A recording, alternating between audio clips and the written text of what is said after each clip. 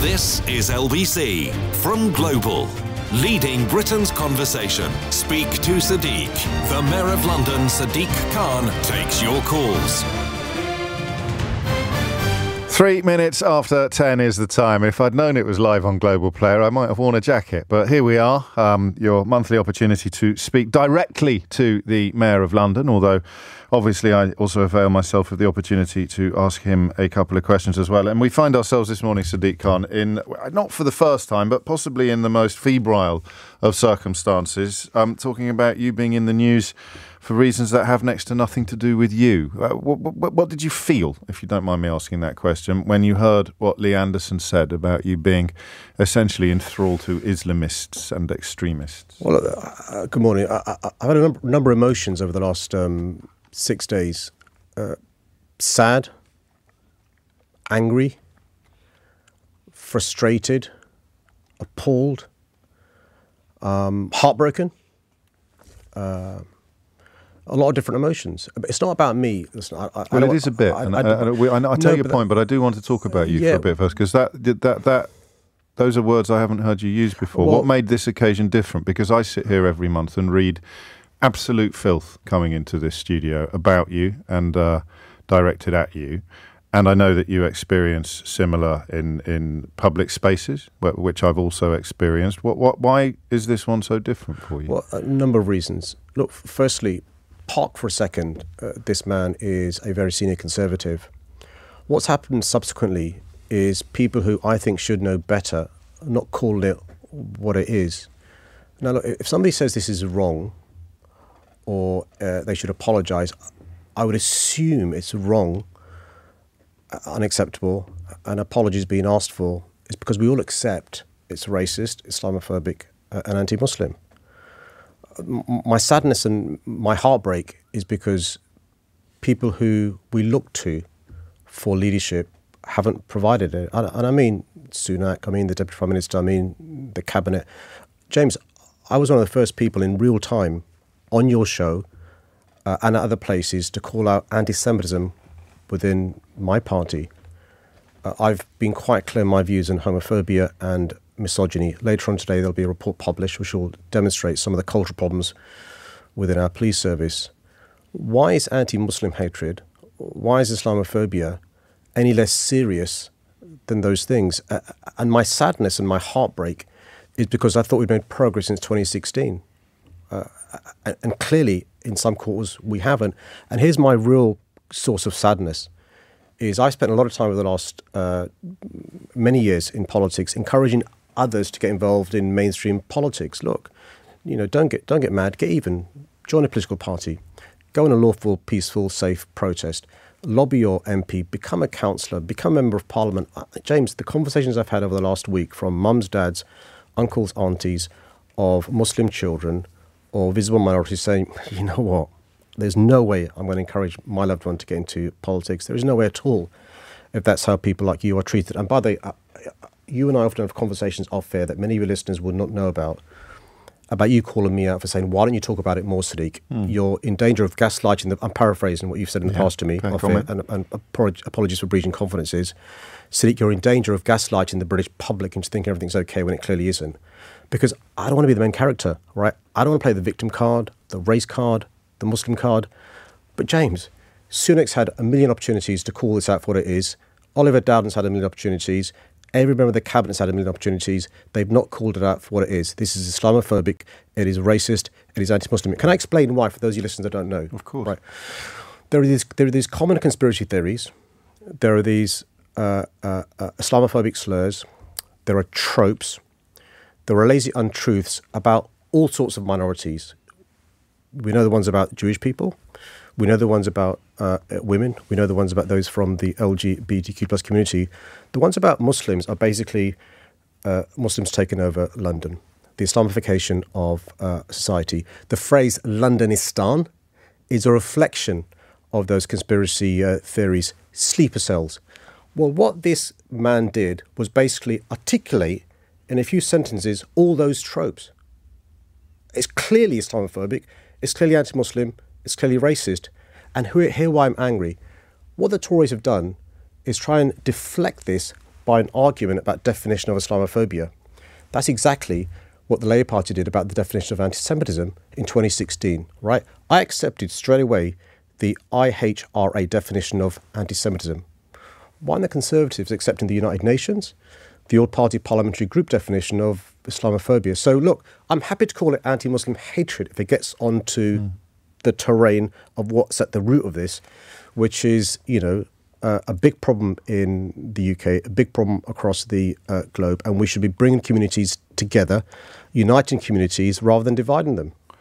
What do you think explains the reluctance? Because to many people listening to this, they will remember Labour MPs, very senior Labour MPs, being outspoken about anti-Semitism in their own ranks and being happy to name the people that they felt were responsible. Why do you think somebody as intelligent as Rishi Sunak and as well-versed in the challenges of diversity and persecution and racism, why do you think he and all of his colleagues have failed so signally to call it out for what it so clearly is? Well, firstly, I think it starts from the top. The top's got to provide leadership, and Sunak is weak. He's weak. Sunak's weak. Look, but what's he frightened of? Well, because of the double standards. If Sunak did the right thing and called out this man for what he said and what it is, then it begs the question, what about Braverman? Begs the question, what about other members of the Conservative Party? And he's a weak leader, and I'm afraid for the next few weeks and months we'll have more of this. And here's the problem. The consequences of that is it normalises hatred against Muslims. Is it as simple as that? If they were to put a name on what Lee Anderson has done, it would apply equally to Suella Braverman and others? Well, I mean, it's for... Look, well, let me read you what she said. The truth is that the Islamists, the extremists and the anti-Semites are in charge now. They have bullied the Labour Party, they have bullied our institutions, and now they have bullied our country into submission. Is that... I don't want to play top trumps on such a serious issue, but to you, is that worse than what Lee Anderson said? According to Anderson, yes, because here's the if you you don't need to do this, but I'll explain to you what happened. But if you watch the actual interview that this man gave, he was saying actually Braverman went too far because it's not this. I'm paraphrasing. The Islamists aren't controlling the country, but they are London. Now, would he have said that if my faith was other than Islam? Would he have said that if my skin was other than the colour that my skin is? And here's the issue. And now there's all sorts of deflection. And by the way, James, every month I come and I can have a discussion debate about policing, about the NHS, about housing, about the ULEZ, about air quality. That's a discussion on my policies, right? Not the colour of my skin or my religion, but also where's the evidence? And here's the thing, why I'm heartbroken and sad, is it's 2024, man. We're not talking about the 1970s when my dad came in the 1960s where there were signs saying no black, no Irish, no dogs. By blacks, they meant anybody of colour. This is 2024. And this man wasn't the deputy chairman 15 years ago. He was the last deputy chairman. Suella Braverman wasn't the Home Secretary 30 years ago. She was the last Home Secretary. Liz Truss wasn't the Prime Minister 30 years ago. She was the last Prime Minister. I'm sorry. I expected better from Sunak. If this had happened a year ago, would you have thought about running again? Well, look, here's the thing. I've not seen you like this before. Here's the thing. You cannot allow bullies to win, man. I'm not going to do it. I'm not going to allow myself to be bullied out of politics, right? There are people who have, I'm afraid, been scared to get into politics because of this sort of stuff in 2016, right? If we allow them to win, what does that mean? Right? That means you can't be a politician, you can't be in the cabinet, you can't be the mayor, if you're of Islamic faith. And it's, we rightly call out anti-Semitism. Rightly. It's the oldest form of hatred we know. Well, newsflash, anti-Muslim hatred, Islamophobia, racism is acceptable in many walks of British life. What do you want to happen next? Well, my concern is, James, people like you and Nick Ferrari deserves huge credit. I'm somebody who's been critical of Nick Ferrari in the past. Nick Ferrari, you, Kay Burley, please don't get bored. Please don't stop asking these questions when people come on your show who represent the Conservative Party, because my fear is this. They've been given this memo from number 10 saying, listen, what you do is say it's wrong, say it's unacceptable, say he's lost the job because he failed to apologise, and not unreasonably the caravan moves on. But for Muslims in this country, for people of colour in this country, it doesn't move on, because this is our country, we love this country, we want to contribute to our country whichever way we can, whether it's public service, whether it's the civil service, whether it's journalism, whether it's politics. And if we don't address this, that's a problem. And by the way, Luciana Berger, Ruth Smeeth, Louise Ellman, dear friends of mine, left the Houses of Commons because of anti-Semitism. They're now back, thankfully, in the Labour Party because of the strength of Keir Starmer changing our party. I want Muslims to be running towards Parliament, running towards their councils, running towards City Hall, to want to be in positions of power and influence and put their head above the parapet. And if things don't change, I fear that things go backwards, not forwards. And finally on this issue, to those young Muslim teenagers or black teenagers or Jewish teenagers, to the people who are looking at the seas and tidal waves of hatred washing over parts of the country at the moment and thinking, do you know what, maybe I won't go into politics after all. Maybe I won't go into public life at all. What would you say to them? There's a great phrase from one of my favourite politicians of all time. He's a fictional politician, but he said, decisions are taken by those that turn up. If we don't turn up, somebody else will. It's possible by the end of this year, we've got Donald Trump in the White House, we've got Swallow Braverman in Downing Street, and we've got Susan Hall in City Hall. Or there's an alternative world where because we got involved, because we became active, we led to a different outcome. I say to young people all the time, don't get mad, get even. Join a political party, get involved in mainstream politics, lobby your MP, lobby your councillor. Let's deal with this. Say, look at the progress made. My father came to this country, no blacks, no Irish, no dogs. Within one generation, this great city voted his son to be the Mayor of London. That's the progress we can make, bringing people together, unity over division, hope over fear. But James, it does feel like every day we've got to justify our existence. Every day we've got to show how much we've integrated. Every day we've got to show our loyalty to the flag and to this city. Every day somebody's, questioning us and our sense of belonging. And it's so frustrating. It's so frustrating. And if I'm feeling this way, right, I want you to just imagine what it feels like to be, a young British person growing up in Burnley or in Birmingham or in Tower Hamlets, when you've got this sort of nonsense, racist, Islamophobic, anti-Muslim nonsense from a senior Conservative, and it's not called out. And it should be called out. And I think those Conservatives who have failed to call it out will live to regret this. But we must give credit to the Said Avasis, to the Sajid Javeds, to the Nusrat Ghanis. They have called it out, but it shouldn't just be Muslims calling it out in the Tory party. Where's the allyship? Where's the allyship? Has there not been any that you're aware of? Well, I've received some lovely messages from Tories, right, privately, and I'm very grateful. Of course, I'm very grateful. But one of the things that I've learned in the Labour Party that we did right is calling out anti-Semitism publicly as well and demanding action being taken. And I think, we've now extended this to no-go areas. I mean, Donald Trump used the phrase no-go areas to describe London, by the way, if you remember. And now we've got a former government minister describing parts of London and types of Birmingham as no-go area. What is that code for? Now, what is that code for? And this is my point about, this is no longer subtle. This is overt. And I want everyone to have a sense of belonging in this great city and this great country, irrespective of your faith, your gender, your religion, your background. And what I would hope our Prime Minister would do and those in his cabinet is bring our communities together, recognise, without being too trite or cliche, we've got far more in common that unites us than divides us. And by the way, I say this point, both privately in a text to Sunak and publicly, I welcomed him being the Prime Minister. The fact that an ethnic minority, the fact that a religious minority could be Prime Minister says something magnificent about this country. That's why I say, I feel let down. Why don't you text him about this? Well, I've seen what he said publicly. It's clearly he's not going to resolve from that, and I'm not sure what would benefit from me texting him about this, because he's had not one, he's not had not two, he's not had not three, he's had 16 opportunities to take this on and deal with this.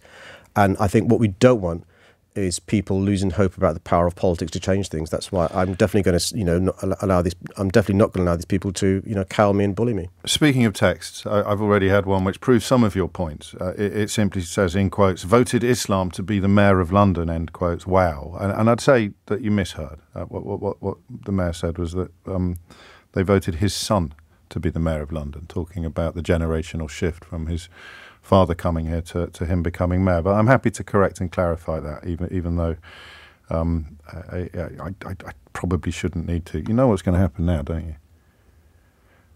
We're going to get a question about bus routes on Streatham High Street, which is great, which is as it should be. Look, there's a great, and I use this during campaigns. There's a lovely speech that John F. Kennedy gave before he became president. I'm not comparing myself to John F. Kennedy, can I just say?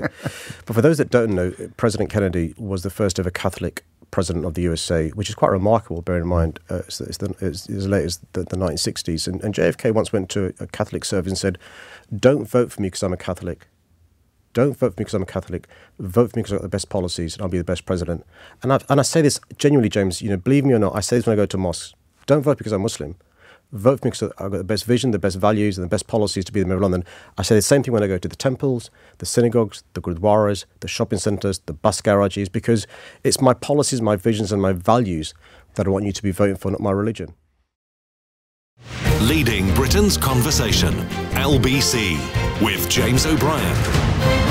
Should we go to the phones? Let's go to phones. The first caller is from Red Hill, and it's Adrian. Good morning, Adrian. Good morning. How do I follow that? My eyes are a bit moist after all that. That's quite emotional. Yeah, I'm a London bus driver, and my question is, when are you going to suspend the Streatham Vale low traffic neighbourhood zone? Well, taking over an hour to travel a distance that is timetabled. I've seen ambulances just stuck. It's just nuts. My bus gets empty because it's quicker to walk. I do get a lot of messages about it. It's not confined to Streatham, but it does seem to be confined to LTNs. Adrian, firstly, I'm not sure if I've shared this with Londoners before, but I'm not sure if you know what my dad did. Stop it. So Adrian, listen. So I agree with you. I agree with you. The LTN in Streatham is causing huge problems. I saw most recently on Friday last week the average times, how long it's taken as a consequence of that LTN. So yesterday I was in touch with Lambeth Council, my team were, to see what we can do to resolve the issue. Because look, one of the reasons we have piles and trials, or it's a council LTN for those that don't know, rather than my LTN. It's a low traffic neighbourhood that the council have put in to try and see if they can improve things on local roads, but it's not working. And so we've asked the council to look at it urgently in relation to the consequences of a very well-intentioned LTN. But people like you are reporting back to us that passengers are leaving your buses because it's taken so long. So an unintended consequence is less use of public transport. So you'll get some news very soon, Adrian, about the changes that the council are going to make to that LTN. Because the evidence is, just in the first few months, it's not been great. It's not been helped, by the way, by Thames Water digging up that road at the same time as the LTN began. But it's no consolation to you stuck in your bus or your passengers leaving the bus because of the traffic. Is that a satisfactory answer, Adrian? I mean, it's a bit of a watch this space, but I think there's clearly something substantive on the horizon, which you can't always say about the Streatham High Street bus route. Adrian, very imminently there'll be some news in relation to this, and you won't be surprised, Adrian. You're not the first bus driver to raise this with me, but I want you to be the last one to raise it with me. No, I know, and I mean, talking about the water, it was the waterworks. It's actually the same spot 4 times. I think they kept digging it up, and then. But this has actually got worse. Even after Christmas, it's actually getting worse. I was behind an ambulance, and my bus didn't move for 10 minutes. It was under blue lights, and it couldn't move. And you're just thinking, this is like it's policy over practical and sound judgment. I think it's a combination of things, Adrian. But by the way, you're spotted about Thames Water. And this is another example why Thames Water is not fit for purpose and is losing money left, right and centre, because they haven't got the competency to make sure they dig up a road just once rather than again, then again, then again and again. But also, listen, I think people have got to recognise when they've tried something and it's not working, it's had an unintended negative consequence. And I think Lambeth deserve massive credit. They're a great council, great leadership, but this particular LTN is not working. And so we're speaking to them about resolving this ASAP. Right, well, yeah. If it hasn't been sorted by the next time you're here, we shall certainly be reminding you of that. Let's crack on. I think you've got the details. Thanks, Adrian, for that call. The next caller is from Boreham Wood, and it's Nick. Good morning, Nick. Yeah, hello. Good morning to you. My question as a Jewish Londoner is: when are you going to ban hate marches so myself, family, and friends can freely go into London at the weekend without feeling intimidated and persecuted? Nick, thanks for your call, and I'm really sorry that you're scared and frightened to come into London. The bad news is you're not the first Jewish person I've spoken to who just feels scared on some days of the week to come into our great city, and that can't be right. So firstly, can I just one thing? I mean, I think to call them hate marches is a bit unfair because on some of the weekends that take place, the vast majority, aren't in any way involved. It's as if Suella Braverman is sitting in the empty chair in this studio, isn't it? Because it was her that introduced that phrase, into public discourse. But I can understand why people feel the negativity, the hatred, and so forth. But the context is, a small minority, Nick, are breaking the law, and a small minority action has been taken. I checked again this week. There have been more than 400 arrests since the awful massacre in Israel by Hamas on October the 7th. A lot of that is to do with hate crimes. So what the police are doing is, Nick, speaking to organisers of the marches to make sure they stay in some certain parts of London, but also to make sure that if anybody breaks the law, action is taken. You'll be aware that what they can do is, with the organisers, work out the routes of the march and so forth. And in real time, the police make arrests if anybody breaks the law. You'll be aware of the horrible case where somebody had on their clothing an image of a paraglider, and you'll understand why that's just so objectionable, so offensive and so criminal. But also the police are monitoring social media as well in and around days of March to make sure action is taken. Nick, the bad news is, as I said, you're not the first person who is Jewish who's said they're frightened to come into London. It's really important we do whatever we can to make sure people like you don't feel scared. And that's why we're going to work with the police to make sure there's additional policing in and around those parts of the demonstrations, the marches, to make sure everyone does feel safe. Is there a point at which the behaviour of a minority becomes grounds for preventing a majority from protesting? Yeah, and I should deal with that as well, Nick. So basically, there's legislation set out it's in the Public Order Act, which gives the Home Secretary the power in limited circumstances to ban marches. It's on advice from the police. And the context is this legislation has been in place since the 1980s.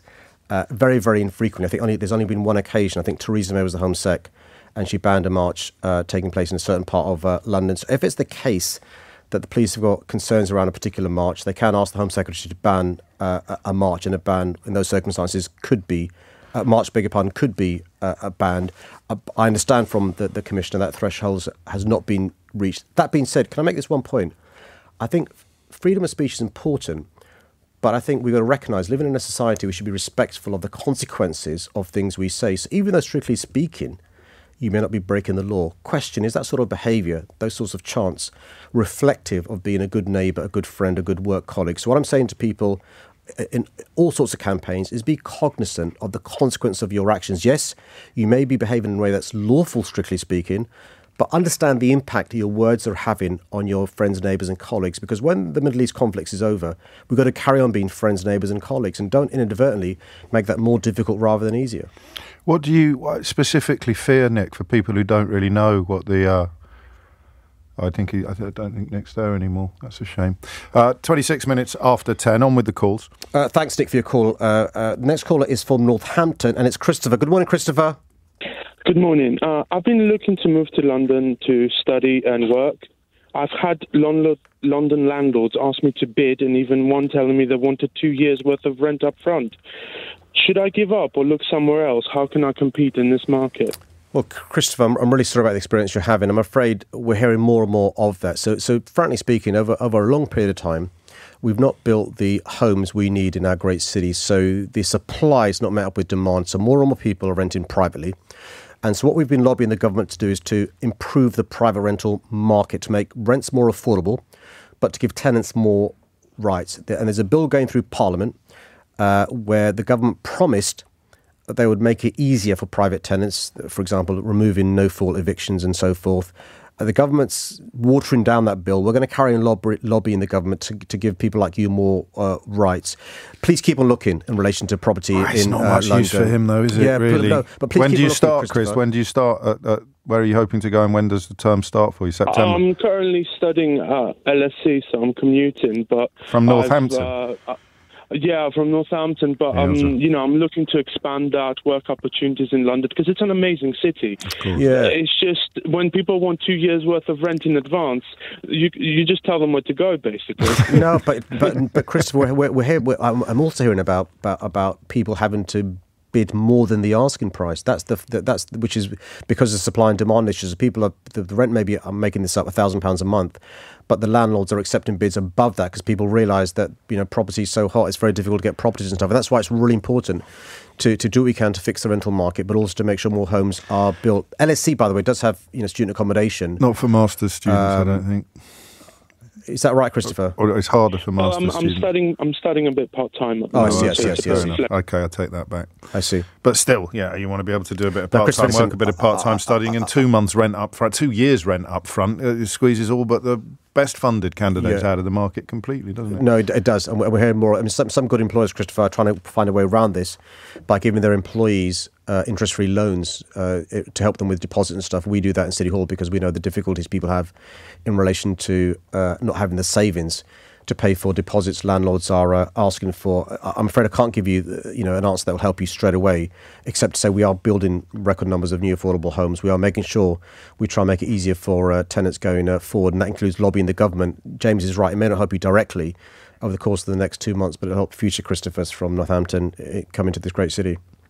I think we're just waiting for the embargoed report on the inquiry into the murderer of Sarah Everard. So we'll squeeze in one more call and then we'll get your early response to that. Leading Britain's conversation, LBC, with James O'Brien. One more call if you would. Thanks, Christopher. The next call is from Edgware, and I think it's Ali. Good morning, Ali. Good morning, gentlemen. Very quickly, pleasure speaking to you both. Mr. Khan, what are you going to do to help Muslims report more Islamophobic and racist behaviour toward them?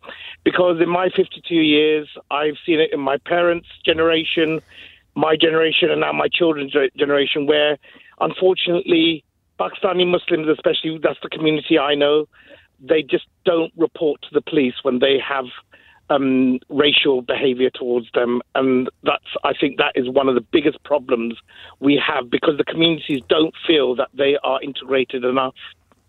Ali, so firstly, thanks for your question. I know it couldn't be easy for you to ring up. So there's this new phrase I've heard in the last 4 months, both from the Jewish community and the Muslim community, that was new to me. It's called heightened fear. And what that means, I understand, is, and you'll know this, Ali, and I experience this from speaking to my friends and family as well, is people are scared because they wear the headscarf or because they wear the Star of David. They're scared to go out. They're scared to enjoy the great joys of our city, whether it's restaurants, whether it's entertainment, whether it's using public transport, because they've got a heightened fear, because their experience they have from their friends and family is increased Islamophobia and increased anti-Semitism. So the first thing is please report it. If you're somebody who is from Muslim background, or you're being treated appallingly because of people thinking you're a Muslim and you don't want to go to the police, there's a great organisation called Tell Mama. TELL space MAMA. Similarly, if you're somebody who's Jewish or somebody who's been treated appallingly because people think you're Jewish, there's a great organisation called the Community Security Trust. So firstly, Ali, if it's a criminal offence, report it to the police. If people, for a variety of reasons, don't want to go to the police, go to these two great organisations, Tell Mama, Tell CS, and CST. But the reason why it's important to report it, Ali, is because we then know the scale of the problem. And let me tell you the context and the reason why I was angry by what was said last Friday by the senior Tory. The context is this. In the last 4 months, we've seen a massive increase in anti-Semitism. We've also seen a massive increase in Islamophobia. And, senior politicians should understand that, and responsible politicians should be trying to address that and bring people together rather than throwing petrol on the flames of anti-Semitism and Islamophobia. So, Ali, I'm really sorry that you're going through what you're going through. It breaks my heart because I was always frustrated at the lack of progress, not realising there's a danger things can go backwards and regress, and things are regressing because we aren't seeing those in the periphery saying things that are Islamophobic. We're seeing those in the mainstream saying things that are Islamophobic, and that's why we should worry. Well, how do you do that? What can the Labour Party do to help that footballification, if you like, of anti-Semitism and Islamophobia? Raphael Baer in The Guardian was brilliant on this subject yesterday in the sense that whether by accident or design, anti-Semitism is perceived as a problem for the left in this country at this point in history. We should be pretty clear about that. And Islamophobia is seen as a problem for the right. How does a senior Labour politician of any background move towards the necessary recognition that two wrongs are never going to make a right? Well, I hope, and I say this without pomposity and with about humility, I've shown it's possible to do that. The first event I did in 2016, was to go to a Yom HaShoah event, which is a commemoration remembering those 6,000 Jewish people, men, women and children who lost their lives in the Second World War. I spent a lot of time with the Jewish communities, not just reassuring that community, but also addressing the legitimate concerns they had about anti-Semitism within the Labour Party, but also in our society. And we've got to carry on doing that. We've got to be building bridges. We've got to be uniting people. We've got to be making sure that we remind people about the similarities. And here's one of life's wonderful ironies. Jewish people and Muslim people, not just because of the Abrahamic context of their both faiths, but because their lived experiences have got so much in common in relation to hatred because of the religion they belong to, issues in relation to discrimination because of their dress, whether it's a headscarf, whether it's Star of David, whatever it may be, Orthodox Jews and the challenges they have in relation to poverty, deprivation, same with many members of the Muslim community from certain ethnic origins. And so we've got so much in common. And normally these communities work incredibly well together.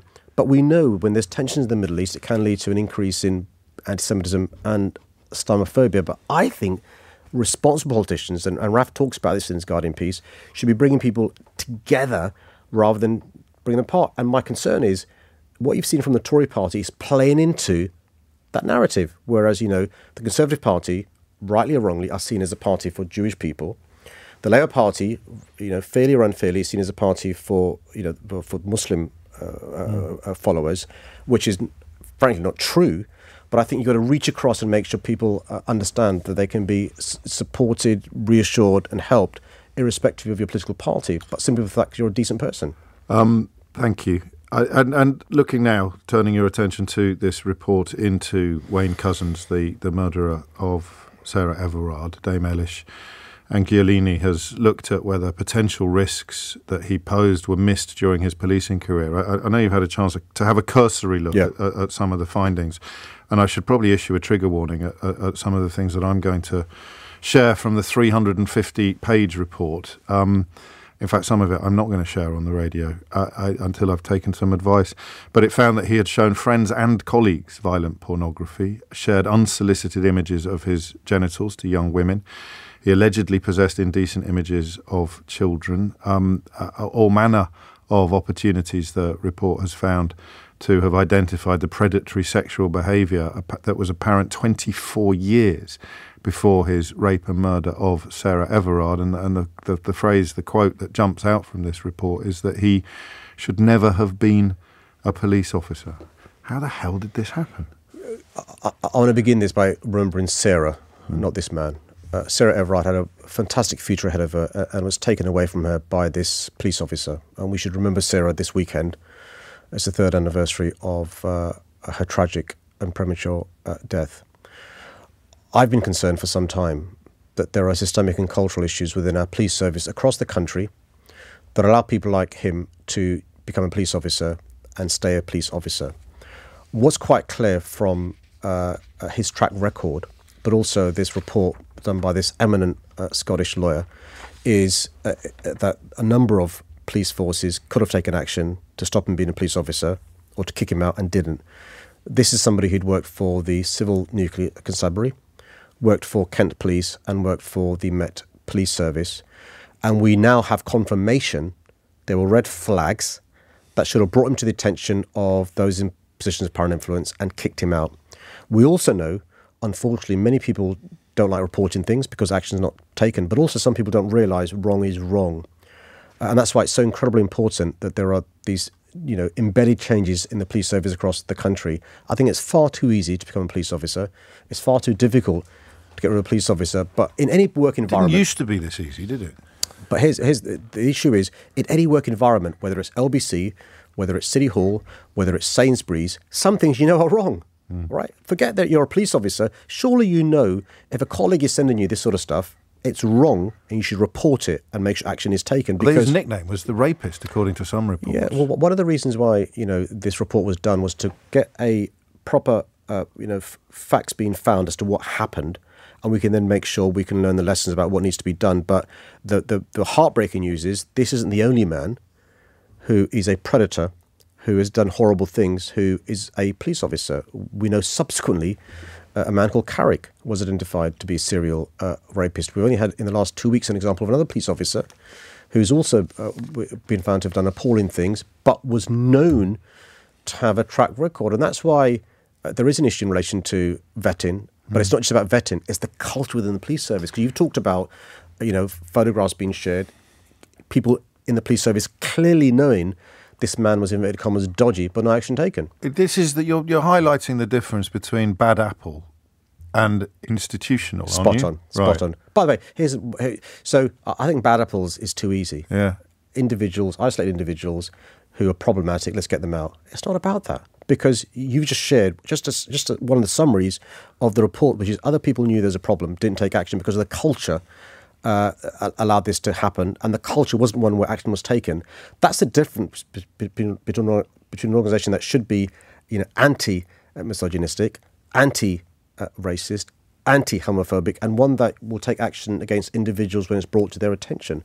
And that's why there's got to be these, deep systemic cultural changes. And you'll also recall, I was criticised hugely for saying the former commissioner, in my view, didn't have a plan to address these issues, didn't understand these issues, which is why ultimately I lost confidence with her. But this ain't just a Met issue. This is not just a Met Police issue. Do not be lulled into a false sense of security if you're living around the country.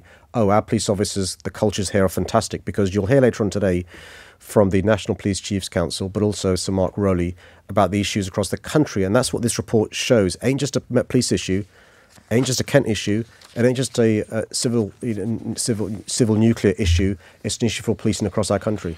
It is now 22:11. Very briefly, I think you a moment ago accidentally said 6,000 instead of 6 million when you cited the whole. I beg your pardon. Of course, it's 6 million. Of course, it's 6 million. There'll be somebody keen to try and make a meal. And the reason why Yom HaShoah is so important, it specifically remembers the 6 million Jewish people who lost their lives. And so we have Holocaust Memorial Day, which remembers other genocides. But Yom HaShoah is deliberately for remembering. It's a mourning that the Jewish community has for the 6 million Jewish men, women and children who lost their lives. Thank you, Sadiq Khan. I hope we'll derive some comfort from the fact that the tone of my inbox today is notably different from how it usually is as a consequence of your quite emotional words at the beginning of this month's Speak to Sadiq. Let's hope it's back to business as usual next month. James O'Brien on LBC. Call 0345 6060 973.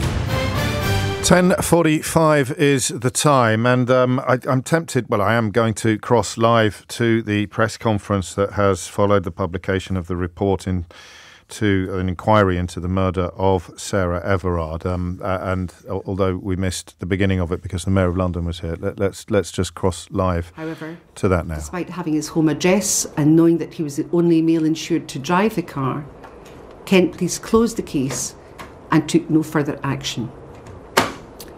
They did so without making any attempt to speak to a further witness or to Cousins himself. This was a grave error and a very obvious red flag. By failing to properly investigate the allegation, Kent Police missed a valuable opportunity to disrupt or even prevent Cousins' future offending and to bring into question his position as an authorised firearms officer with the CNC. Victims reported allegations of indecent exposure to the police on 4 occasions before Cousins' arrest. The 2 allegations reported to Kent were inadequately investigated. In addition to the 2015 allegation, Kent Police also responded to an allegation of masturbatory indecent exposure directed at a lone cyclist in a narrow country lane in 2020. With limited investigation, the case was closed. Had the investigation been more thorough, it is possible that Cousins might have been identified as an alleged sex offender and his offending and policing career disrupted. Just days before he abducted Sarah Everard, Cousins was reported for exposing himself at a drive-through. The investigation into these allegations by the Metropolitan Police Service also fell below the standards any victim of crime should expect. For example, available evidence such as CCTV was not collected or considered. He was only interviewed and charged for those further offences of indecent exposure after his conviction for Sarah's murder. He was convicted for 2 of the reported crimes at the drive-through and the crime where he was reported for masturbating towards a lone cyclist on a narrow country lane.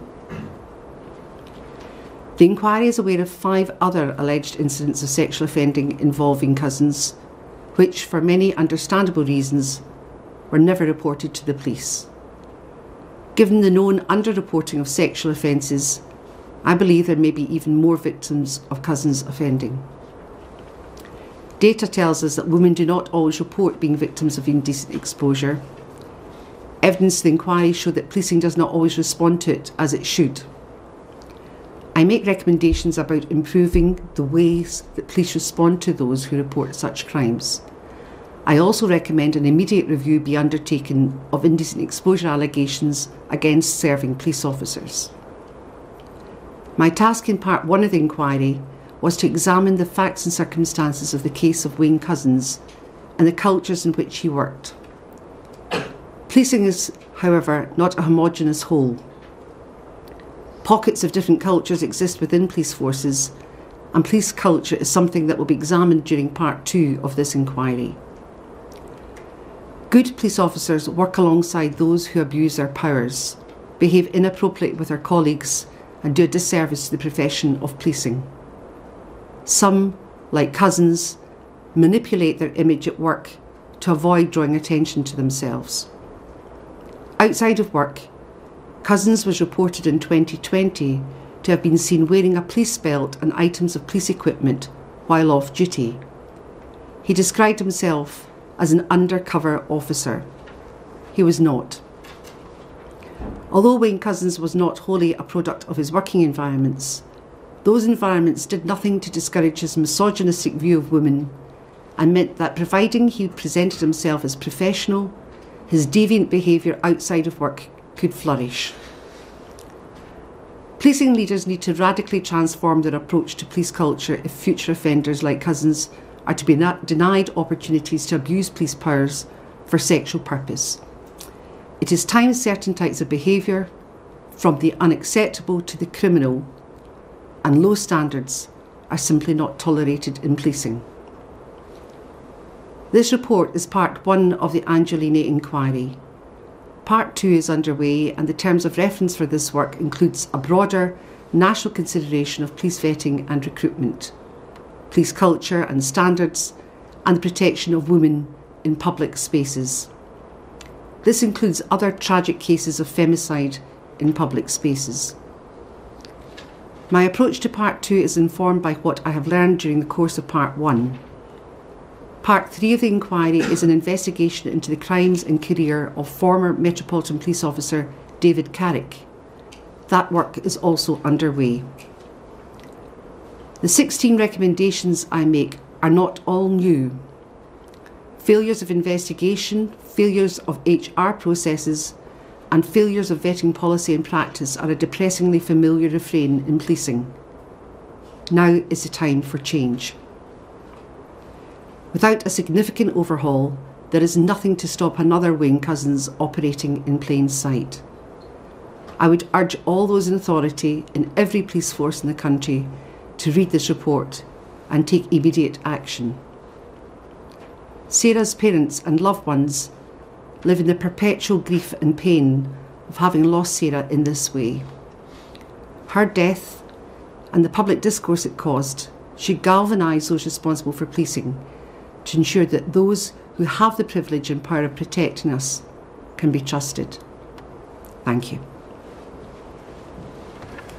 Time is 10:52. That was Dame Ailish Angiolini there delivering the key findings from her report, and it is a report that runs into hundreds of pages, delivering the key findings of her report into the murder of Sarah Everard and the question, the crucial question of how her murderer could ever have become a police officer. One line that jumps out from that report is of course, the statement that he should never have been one. And as I mentioned to you earlier, some of the details of the offences that he had committed before in this 350-page report, well, they beg a belief. It is truly extraordinary. I know that in journalism sometimes hyperbole is a bit commonplace and some words are overused, but it truly boggles the mind. That's why we stayed with it for the duration, just up until the end of the press conference there, up until the end of Dame Eilish's comments, and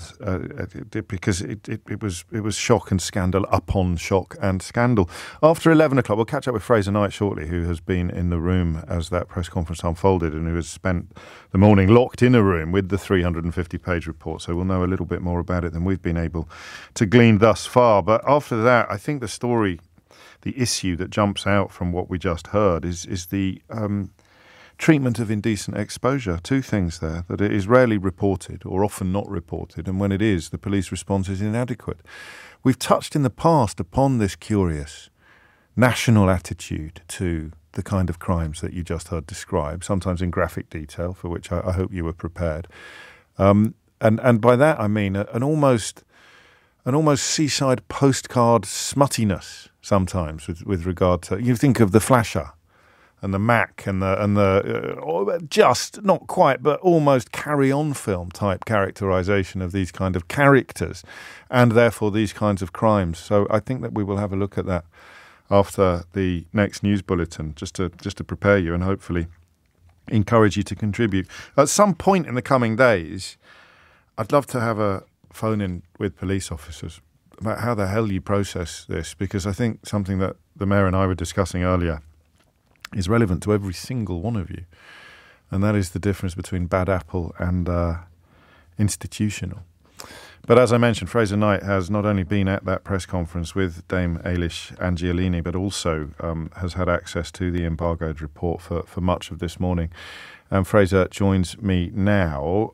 Fraser, what have you learned? What are the most shocking revelations to emerge this morning?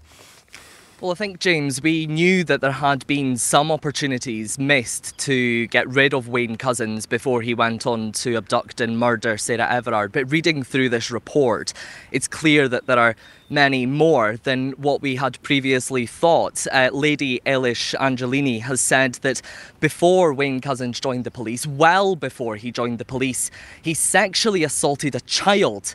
He tried to kidnap a woman at knife point, and over the course of his life and his career, he was reported to police 8 times in relation to indecent exposures before he was actually arrested after having killed Sarah Everard. Now, Dame Eilish Angiolini has said, Lady Eilish Angiolini has said that there needs to be a complete overhaul to police vetting and recruitment. And she's also said there needs to be a step change to how police investigate non-contact sexual offences, so those like flashing indecent exposure. She said there were multiple failed opportunities to get rid of Wayne Couzens through his career. She revealed that he even failed vetting at one point when he was trying to become a PC in Kent Police, but then went on to be welcomed into the Civil Nuclear Constabulary and then, of course, transferred to the Metropolitan Police, where they didn't re-vet him. But Lady Angiolini saying that what concerned her is that even after he'd killed Sarah Everard and the Metropolitan Police reviewed his vetting clearance, they stood by that. They said we would still have hired him at that point because of where the vetting guidelines stood at the time. Now, they say that has changed since, but still extraordinary revelation to come out of that, with the Metropolitan Police telling the review that they would still have hired him given what was on his record. I suppose we should recall that a number of women were arrested by the same Metropolitan Police at a vigil for Sarah Everard, but perhaps a little early to be zoning in on that. The purpose of the report, where does it go? I mean, she makes 16 recommendations. What pressure is brought to bear upon the Metropolitan Police or other institutions, other police services, of course, to introduce them? Well, this is not a statutory public inquiry, so they are just recommendations that have been made. But I think there is really, a strong feel from police leaders, from senior politicians as well, that they do want to be seen to making a change here. So again, those recommendations, including a step change to investigating indecent exposure, for example, but also a complete overhaul in terms of how they recruit and communicate vetting procedures when police officers move between different forces. Now, this is just part one of the Angelini inquiry. She was looking at the timeline of Wayne Couzens' career. What she'll do now is she'll go on to look again at the culture in policing. And what she had said in this report was that Wayne Couzens had been abusing women well before he joined the police. But she said the environment that he went into allowed his deviant behaviour to flourish. So I think, that part two report will be very scathing. Again, very similar, I think, to what the Baroness Casey review was like, but this time looking further afield at all police forces. And then there will be part three, where Dame Lady Angelini will be looking at David Carrick and his crimes. Of course, he served on the same team that Wayne Couzens did, and then was convicted of being one of the country's most prolific rapists in modern history. So some really scathing statements being made, a lot of difficult work and difficult reading for police leaders as well. Yeah, that's an extremely pertinent point, Fraser. That the idea that somebody possessed of these views could find an environment in which they could flourish within the Metropolitan Police Service is, it's damning it's institutionally damning, isn't it? It gives a complete lie to any notion of bad apple syndrome.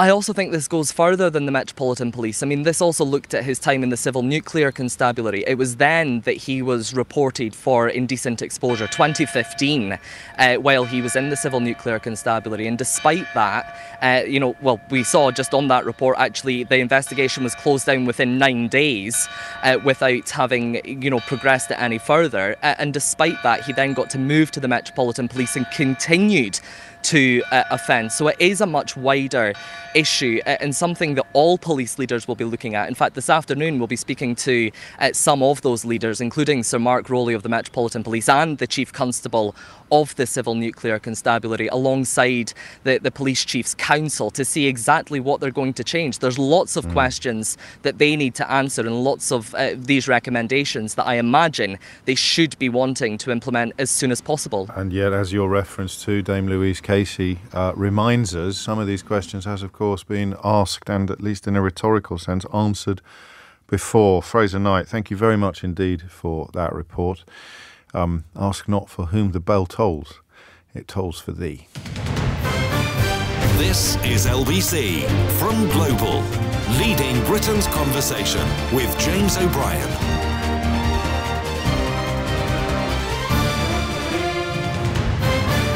4 minutes after 11 is the time. You're listening to James O'Brien on LBC. Just a quick word, if you don't mind, on Dave Myers. It's a funny thing about telly, isn't it? That you can feel you know somebody even though you've never actually met them, or possibly just sort of waved at them across a crowded cocktail party. I always think of Fred Dibner. I don't know if you're familiar with Fred Dibner, the Lancastrian steeplejack who became a television presenter and just had an extraordinary ability to communicate enthusiasm for his subject.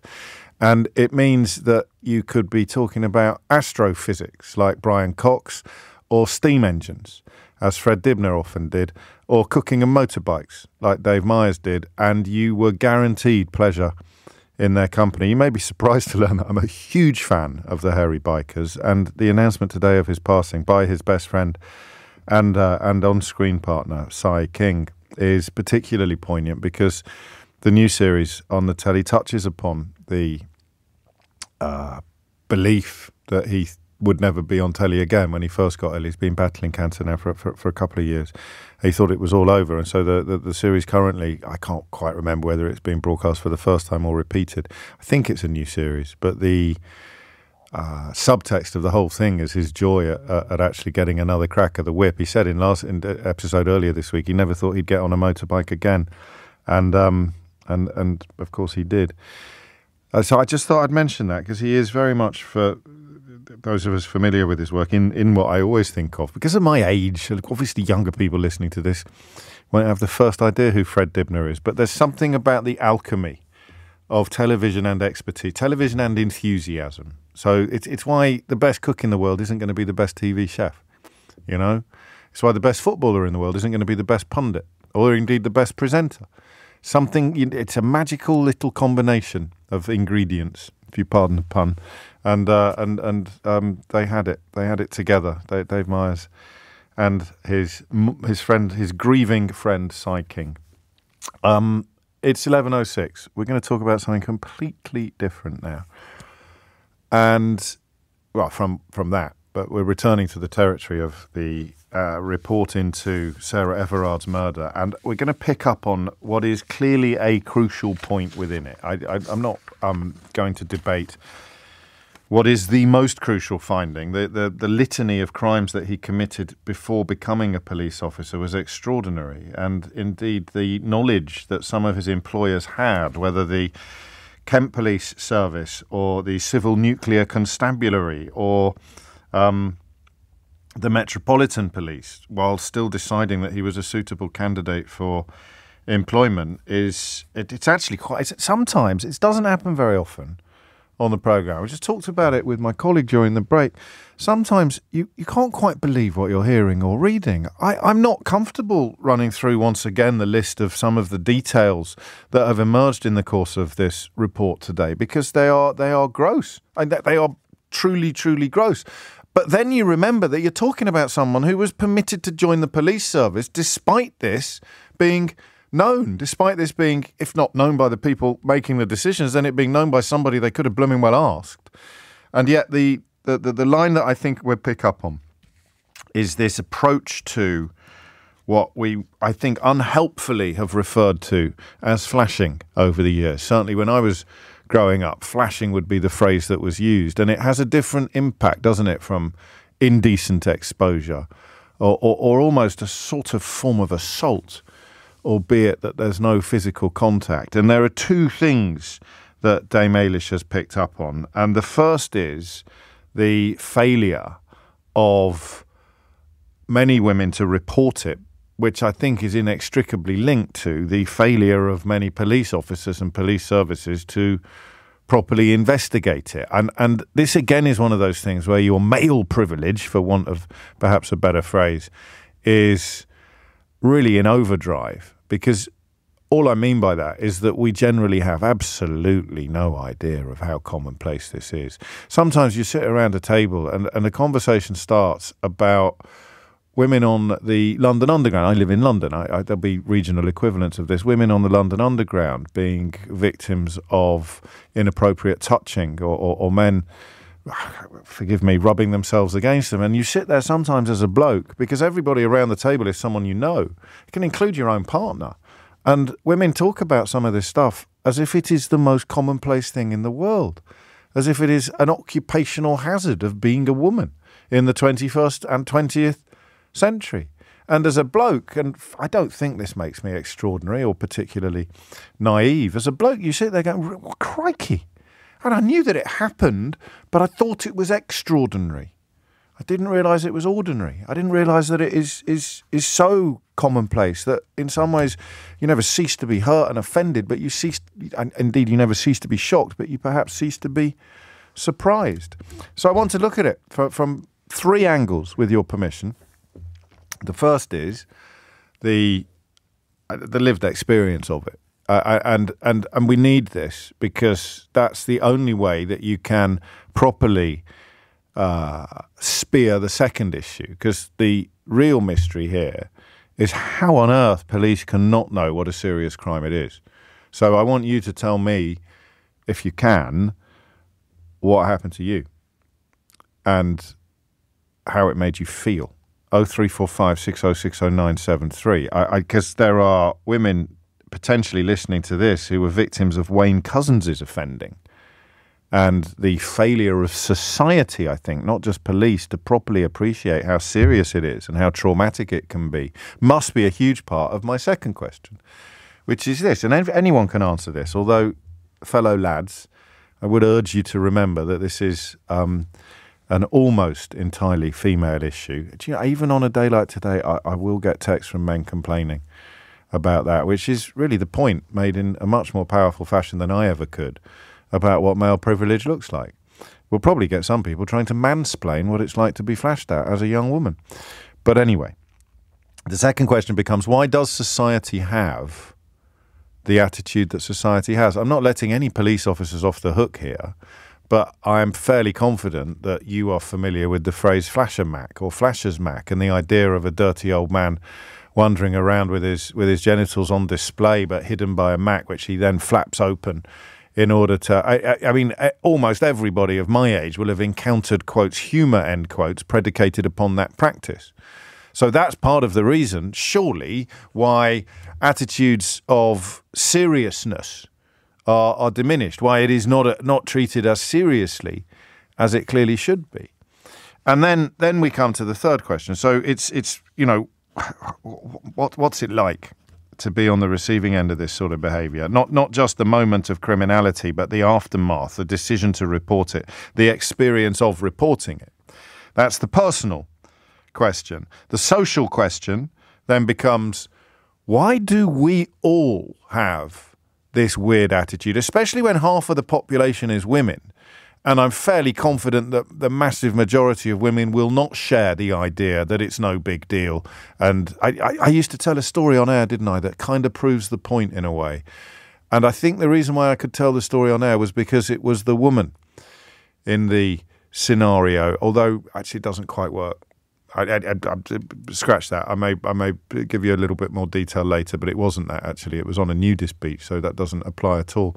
But the idea that we don't think women think that it is a very big deal, when clearly you do, and it is. So there's a responsibility here socially for the weird seeping into public consciousness that it's not a very big deal, when at least half of the population will be clear that it is. So how and why do you think that has happened? That's the personal and the social. And then I think that the third question is the legal question, which is pretty simply,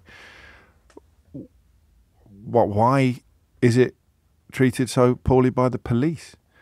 It wouldn't be treated so casually by the police if society didn't have such a strange attitude towards it. And society shouldn't have such a strange attitude towards it, given how traumatic and unpleasant the experience can actually be. So there are three questions that essentially all speak to the same issue.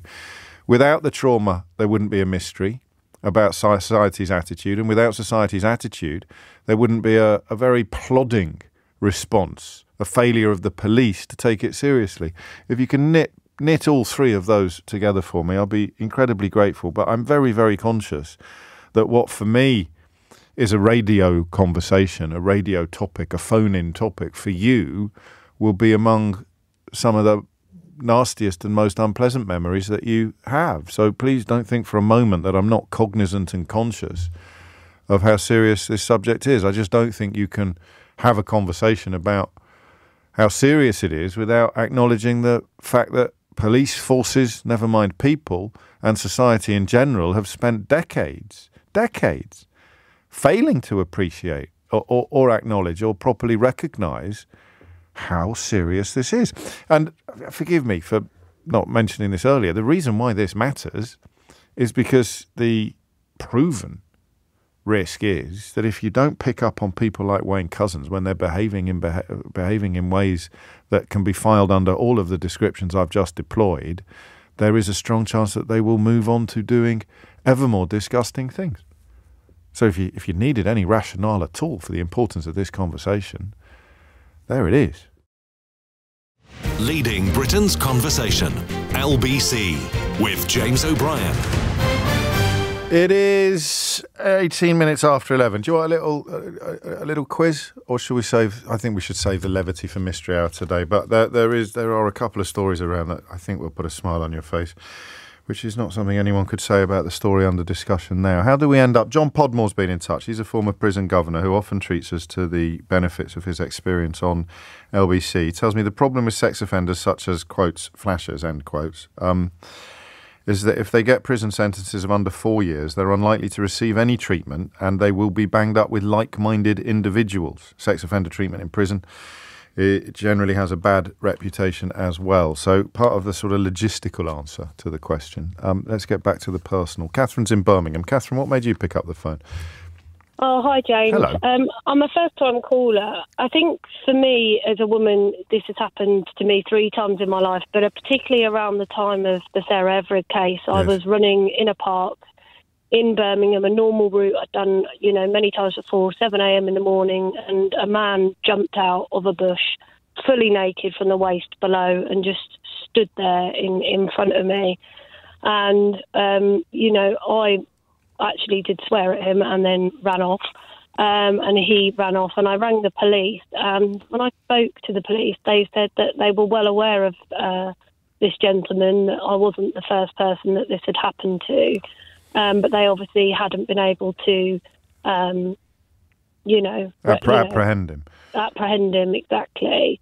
And I think, particularly as it was all around the same time as the Wayne Couzens thing, I just thought, the problem is with people like this is, like you've said already, is where does it stop? Because they don't do these things as a one-off, and that's, fulfilled whatever fantasy or thing it is. But these things escalate into behaviours and cases. Seems, fairly, possibly not in every case, but that's irrelevant, isn't it? Clearly, there's a gateway offence, if that's the correct phrase to use, and people will escalate from there to more serious offences, which makes you wonder why the police didn't have someone hiding in another bush, doesn't it, really? They did say to me that they were going to put police in plain clothes in the park, but as I said to your researcher, I wonder how inconspicuous they'll be at 7 a.m. with 2 sort of people just walking randomly around a park when most people are running, or with, a dog. And when the offender is waiting for lone women with no onlookers. I mean, literally. Exactly.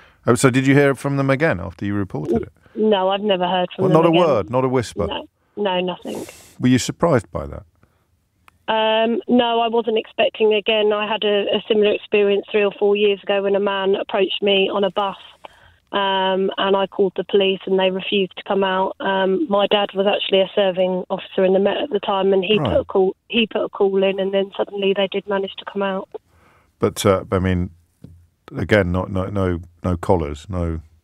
No, and I also think that shouldn't be a factor in it anyway. Police should be attending these incidences regardless. Oh, that's a very good point. What's your answer to my second question? Why do you think society does have such a... I'm not quite sure what the word I'm looking for is, but I think I've communicated the general feeling, almost like a seaside postcard approach to these offences. Some people listening to your description there of a bloke showing, indecently exposing his genitals to you, even in the context of the conversation that we're having, some people will think it's funny. Do you see what I mean? Yeah, I think obviously some of it is down to, society's views and, some misogyny within society. But I think it's very easy to look at it as a wider thing, but when it's your daughter or it's your sister or it's your you wouldn't partner, think it was funny at all, then it doesn't become funny. And it's impacted me. I run with a rape alarm. I don't run at certain times, and I should be allowed to go running around parks in Birmingham whenever I feel like it. You can't argue with that. It feels like an oil tanker, doesn't it? It's we can share our shock at what the inquiry has found, but it isn't the first time this has happened, and it won't be the last, because the inquiry moves on. I think to look at some of David Garrick's backstory as well, and yet the idea of changing this, I don't know what the equivalent would be. I'm always stunned to remember that it was impossible to, and I should put trigger warnings all over this hour, but it was impossible to rape your own wife while I was alive. That change in law, I was born in 1972, and I always find that extraordinary. It was also true in the course of my lifetime that a woman would need to have any loan guaranteed by a man. So her father or her husband, if she wanted to buy a telly on hire. I don't know how, and don't ring me on this because the conversations we're having are much more important in this moment. I don't know how robustly that law was enforced. I don't know how robustly either law was enforced.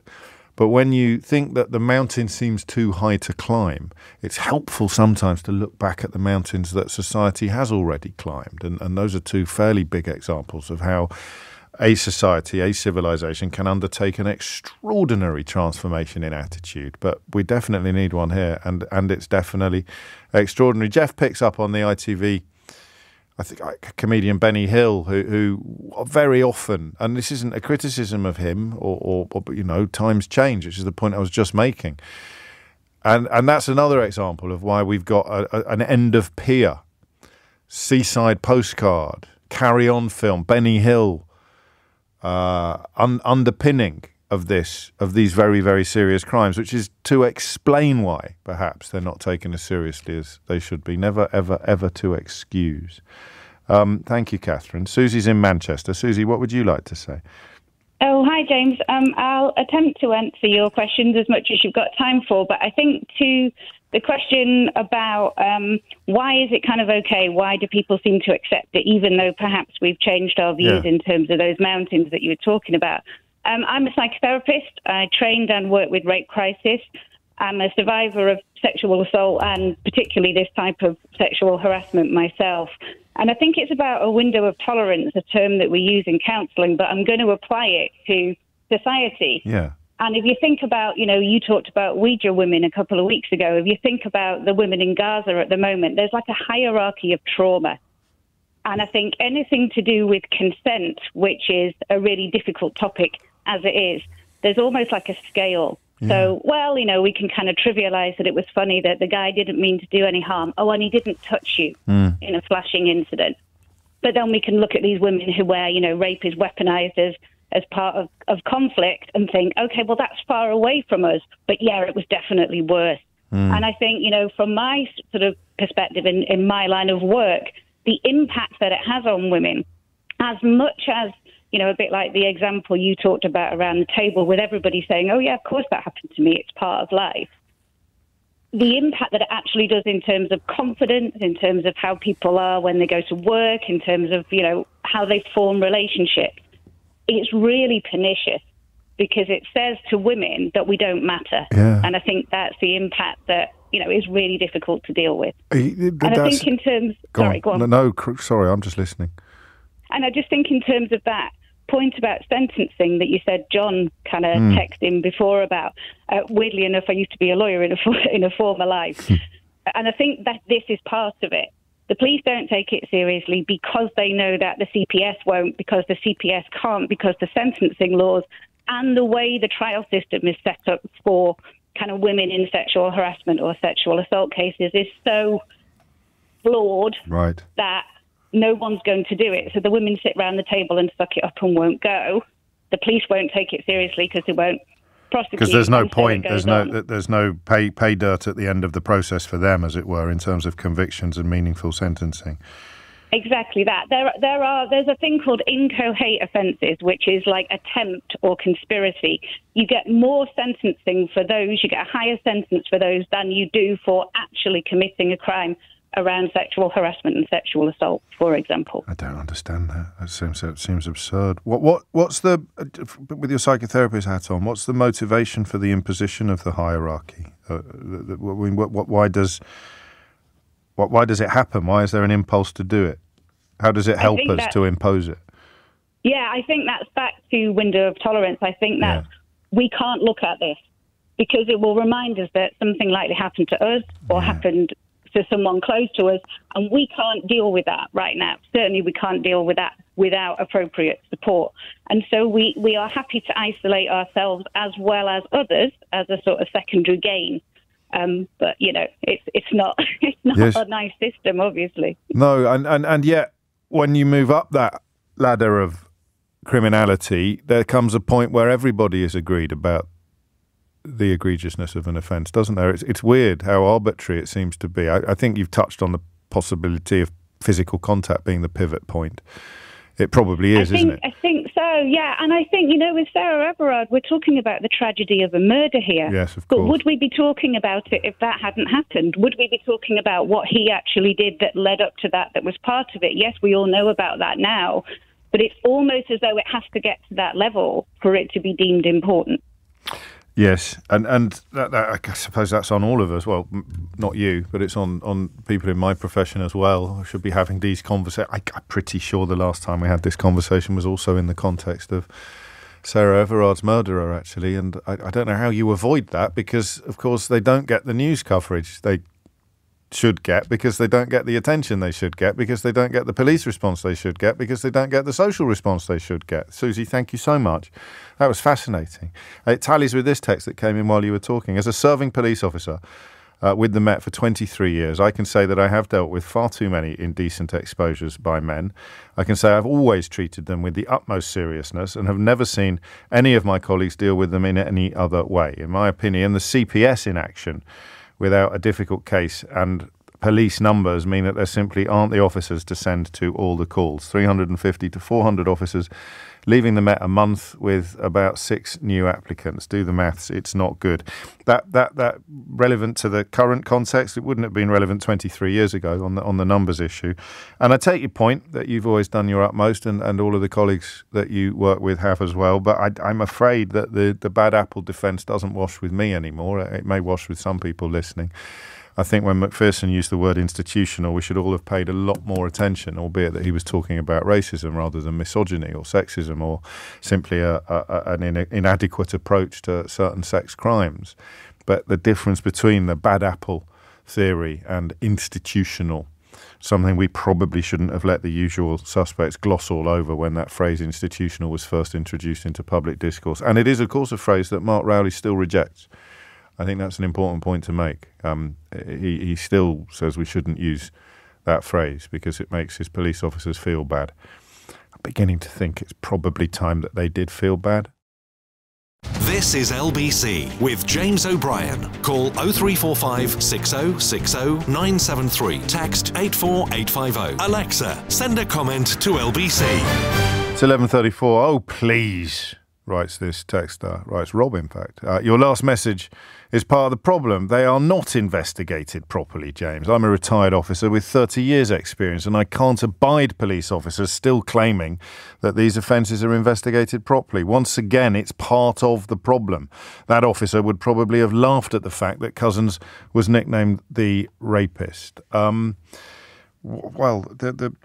trio of questions, really, all sort of interlinking with each other about the reality of indecent exposure, the curious attitude to it that society has, and the failure of police to take it seriously. Sally's in Worcester Park. Sally, what would you like to say? Hello, James. Hello. Hello. I'm a little bit nervous It's only because me. obviously this is quite a... Well, that's very true, yes. Yeah. So a bit of history. I have, over the years, well, since I was a child, I've been the victim, survivor of sexual assault, child sexual abuse. I've actually probably lost count now over the years of how many times I have been sexually assaulted by different men, not the same man, by different men, whether it's walking home from babysitting or on the bus going to school. I've kind of got to a point now where, because of not just my experiences, but experiences of family members who have been raped, who have been sexually assaulted, their dealings with the police, and nothing is done. It's just not done. It's not taken seriously. It's one of those things that a few years ago, it was actually just after the smoking ban came in pubs. Went outside. It was about 1:30 in the afternoon. It was my birthday. Went outside to have a cigarette. The pub is on High Street, and there's a little area to have a cigarette. Just sat there having a cigarette, and a man came out, complaining about the smoking ban, and I just sat there and sort of, smiled and agreed, and and I looked away, and when I looked back, there it was. It was just there, right in my face. Who did you tell? I mean, it's an experience that a man has simply can't get their head around. Because if an identical thing happened to a man, the response would be completely different. But who did you tell? Did you tell anyone? Did you report him? Yeah. I mean, I was with my partner at the time. Right. He was still inside. He was inside. Yeah. Yeah. Again, and whenever we're out, this is another thing. Whenever we're out, we will not go out together for a cigarette, just in case. Obviously, with drugs being put into drinks, right. Women have to think about that. So I came back inside, and I was kind of just in a bit of shock, and didn't quite know. Did that just happen? And I was questioning myself. Did I say something that made him think that this was acceptable behaviour? And did you tell anyone in the pub? What happened? I went to the bar, all female bar staff. Right. Told them what had happened. They said, "Do you want us to phone the police?" And I said, "You know what? Because of experiences that I've had in the past, nothing's going to be done. He'll get a slap on the wrist. That'll be it. Maybe not even that. It'll be, you've had a couple to drink. You might be a little bit." And how did they drunk. respond to the offender? How did they? Did he just come back in and pick his pint up? He came back in, picked his pint up, went over and sat with the lads. Right. They're all sort of men in their sort of mid-50s. And how extraordinary. The bar staff went over and said, "Look, you've got to leave. We're not tolerating that sort of behaviour." So he left, but all the rest of his friends stayed. And it got to a point where I was made so uncomfortable by this group of men that I had to leave. That sort of sums up social attitudes in a nutshell, doesn't it? The idea that you'd done something wrong, or you had something to answer for, or you were responsible for what a scumbag like that had done, and you can't help thinking he was probably back in the pub 2 days later. Sally, I'm so sorry to hear that. And also the catalogue of experiences that you'd had. As I said at the start, it beggars belief, except, of course, it doesn't. The difference between the reaction of most men listening and most women listening will be not only enormous, but also a huge part of what it is that we're discussing. Do take care. 11:39 is the time. Don't forget the Mystery Hour's on the way. A few of you already pointing out that today, even more than most Thursdays, is a day when we will perhaps be grateful for the levity that Mystery Hour can sometimes bring, but no levity here. None whatsoever. Julie's in Sheffield. Julie, what would you like to say? All those experiences are so familiar, aren't they, to all women? When I was young, my nana had an experience that she told us about, and it gave me confidence to react to a situation. Because what happened to her was she was in a cinema, a guy put his hand on her leg, and she stabbed him with her hat pin. That's telling you how long ago that was. But it gave me... That sounds like something out of Alan Bennett, doesn't it? I love that. Well, it would have been good for her. It would have been 1930s. Yes, exactly. Yeah, but it gave me, psychologically, I suppose, the confidence then that if something happened to me, I could react. And so I did. So at 13, we got flashed. Yeah, it was called flashing. Yeah. On the bus by a man in a Mac, and my two friends giggling away, and I just looked at him and tutted. Tutted. And then when I was actually then, and this rubbing up against happens, frequently to women, it happened to me in a bus stop when I was in my 20s, and I elbowed him in the tummy. He was behind me, and I elbowed him and heard him gasp, and I was, that was my reaction. The only time I ever reported something was when I was, probably, 40, 30s, and I was in a department store, a Debenhams, and it had a toy section, and a guy came right behind me, and he rubbed right across my bottom, and his hand went across my bottom, so it wasn't an accidental brush path. Yeah. I turned round, and I slapped him across the face. Never done anything like that, and I just slapped him across the face and just went, "Don't you ever do that again." And he went off. But I was so upset because I was in a toys, children. I went to an assistant and I said, "I've just slapped a man," and because he rubbed across my bottom, but I slapped him. And she actually did report it to the security guy. And did anything? Did anything happen? Well, I don't know because I was never. I gave my name. I wasn't ever called you never heard from them again? No, I never heard. But I was glad that I'd reported it afterwards to somebody. But at the time, I felt I hit him. So you could get into trouble for that. Something wrong. Yes, yeah, of course yeah, you would. I'd You would responded. be. Where do you think I know we haven't talked so much about indecent exposure because I don't think that the crimes you describe suffer from the same sort of treatment, although there's clearly a hierarchy of seriousness. Why do you think indecent exposure is so low on that hierarchy? I think well, I'm 68, so I've grown up with the giggling, the flasher image, the Mac, that it's not anything sexual towards the woman. Well, in the same way that rape is an act of power and violence, as opposed to, it is also sexual, but it's not sexual in the sense that you and I understand the word to mean. No, and you don't know at 13 that guy who did that may go on to do something more serious. That never would have entered my head. No.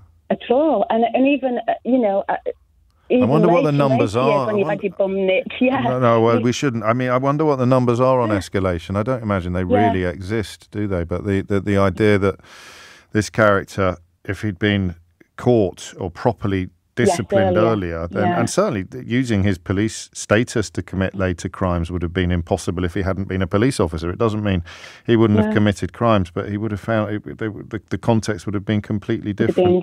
It would have been different. But also, I think I want to say to women, no matter how old you are, girl or woman, nearly 70 like me, call it out. If somebody flashes, point it out and laugh and say, if you can, though, Julie, it's too small. Yes, if you can. I'm always slightly wary of giving advice from a position of I don't know, strength that you possess, that you clearly inherited from your nan.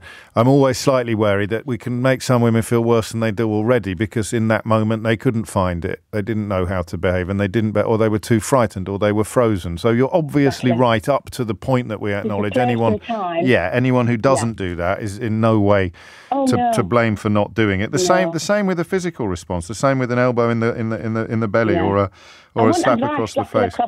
Yeah, I wouldn't advise that if there's somebody there to tell. No, then tell. Nor would I. But you mentioned your age, which you brought into the conversation. I'm far too gallant and chivalrous to have done anything like that. But you've mentioned it now. So looking back over those decades, where do we sit now in terms of how bad the experience is, do you think? And obviously for anybody it's going to change according to the age you are, but as you look across the vista of society and you read and hear about stories like the one we're discussing today, have things got better in the course of your lifetime? I think things haven't got better. I think they're acknowledged. They're acknowledged. I never told my mum that there was somebody on the bus, but I would hope that girls now would, or boys would tell. Would come home and talk about it. Somebody and come home and talk about it. And I think that the fact that we are talking about it, and people then will say, yes, that happened to me multiple times over our lives. And there's a difference between being in a nightclub when somebody is, wanting to speak to you and they've got their hand on your arm or whatever. Different to actually doing something that's, that their intentions are different. Well, yes, and I guess part of that is about removing shame and stigma and culpability and the old kind of almost puritanical approaches to womanhood and creating a space in which it's clear that if something like this happens to you, there is one and only one person to blame. It's the person that did it. Julie, thank you. It's 11:46. You're listening to James O'Brien on LBC. Mystery Hour on the way at 12. And actually, before that, if I told you that GBB's had paid more money to Conservative MPs than it had to Labour MPs, would you think that it had paid... let's just have a little think about this. Would you think that it had paid 60 times more to Conservative MPs than Labour MPs, 6 times more, or 6,000 times more? I'll tell you the answer. I think I've got my maths wrong, but I'll tell you the answer either way after this. James O'Brien on LBC. Should we do that again? By what multiple has the GBB's television channel paid Tory MPs more than Labour MPs? Has it paid them 6 times more since it launched, whenever that was? Has it paid them 60 times more, Or has it paid them 600 times more? Has GBB's paid Tory MPs 600 times more than Labour MPs to appear? 60 times more or 6 times more? You can enter that one if you want. If I said 6,000 earlier, then obviously that's silent option D, which would involve none of the above. 11:51 is the time. I tell you what perhaps we haven't done, and this is my fault because I was a bit shy to ask.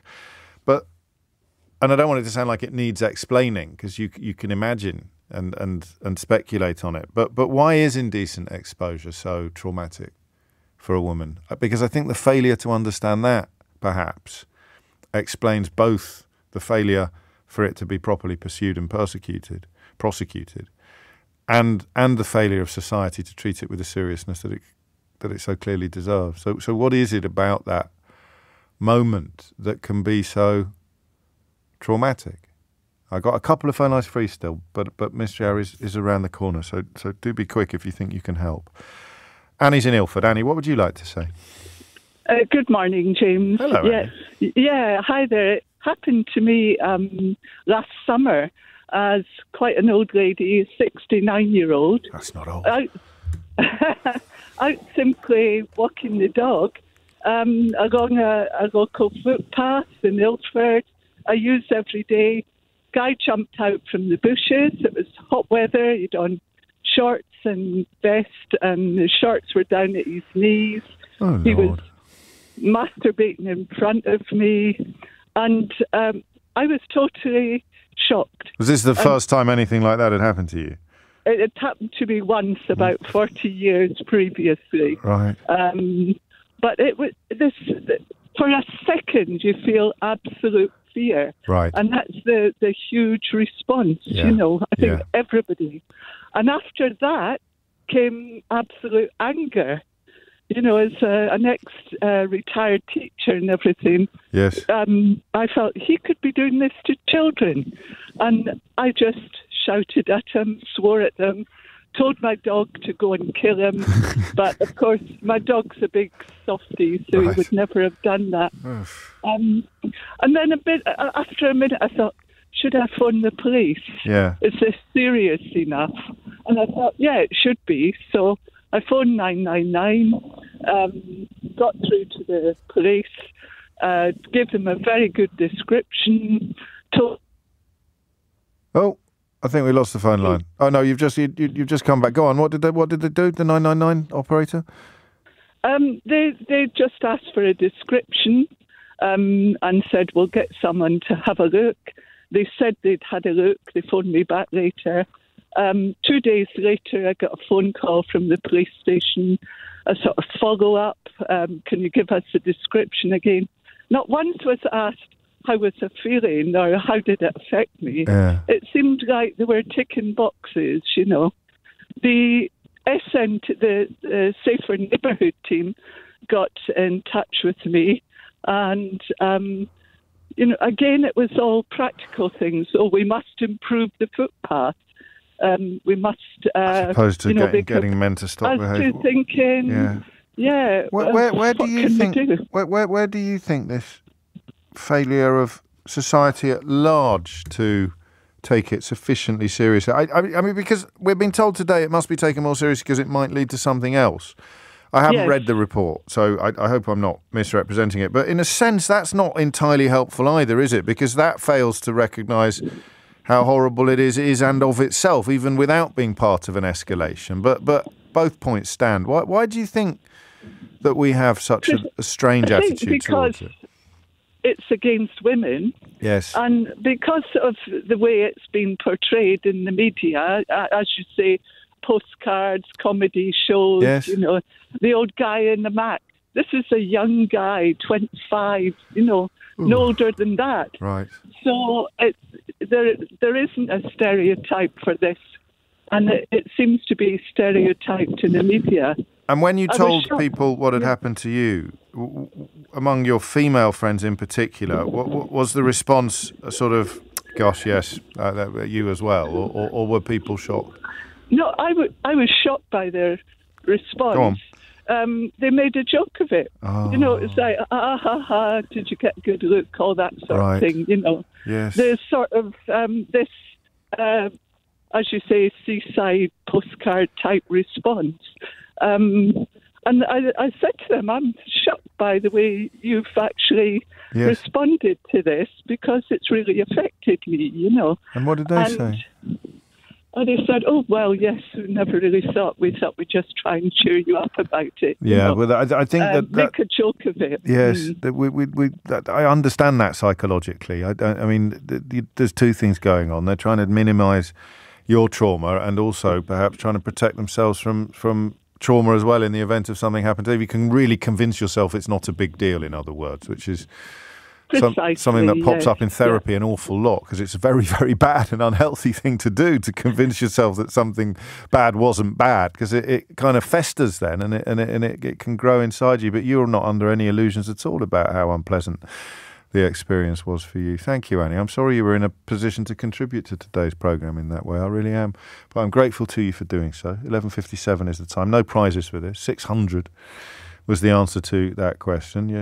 GBBs has paid Conservative MPs 600 times more than Labour MPs in the same period for appearances on screen. But remember, they are scrupulously impartial, according to Ofcom, or they're not a news channel, according to, I don't know. It's just gone 11:57. Mystery hour around the corner. We have one more call, I think, from Francesca, who's in Nottingham. Francesca, what would you like to say?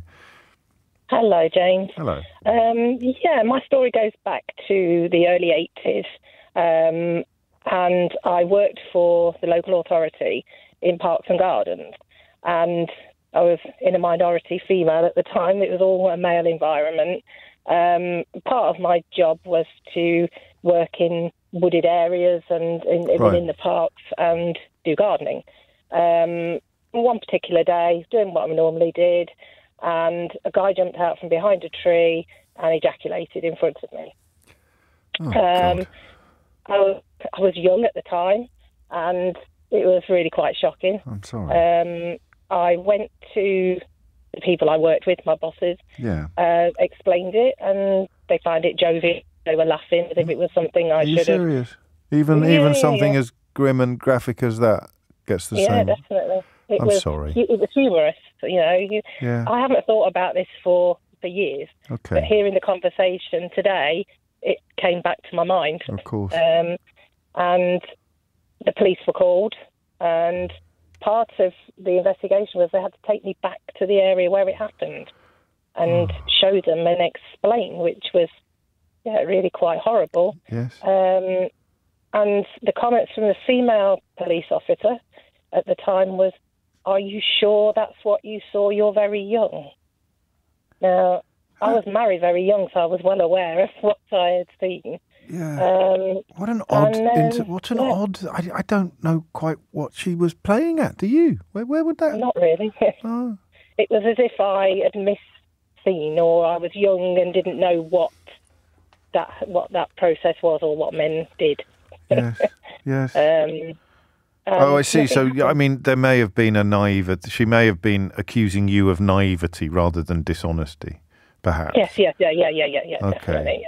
And I'm going to presume, given the calls that we've already taken on this, that nothing followed. Nothing else was ever done by the police. And would it have made you less likely to report it if it happened again? No, I think I would. I would, because, I think it matters that whether anything happens or not, that it's recorded, that there is an awareness. Because with people saying they don't report it, we actually really don't know how many times it's happening. It could be no more than we're seeing, but it could be a lot more.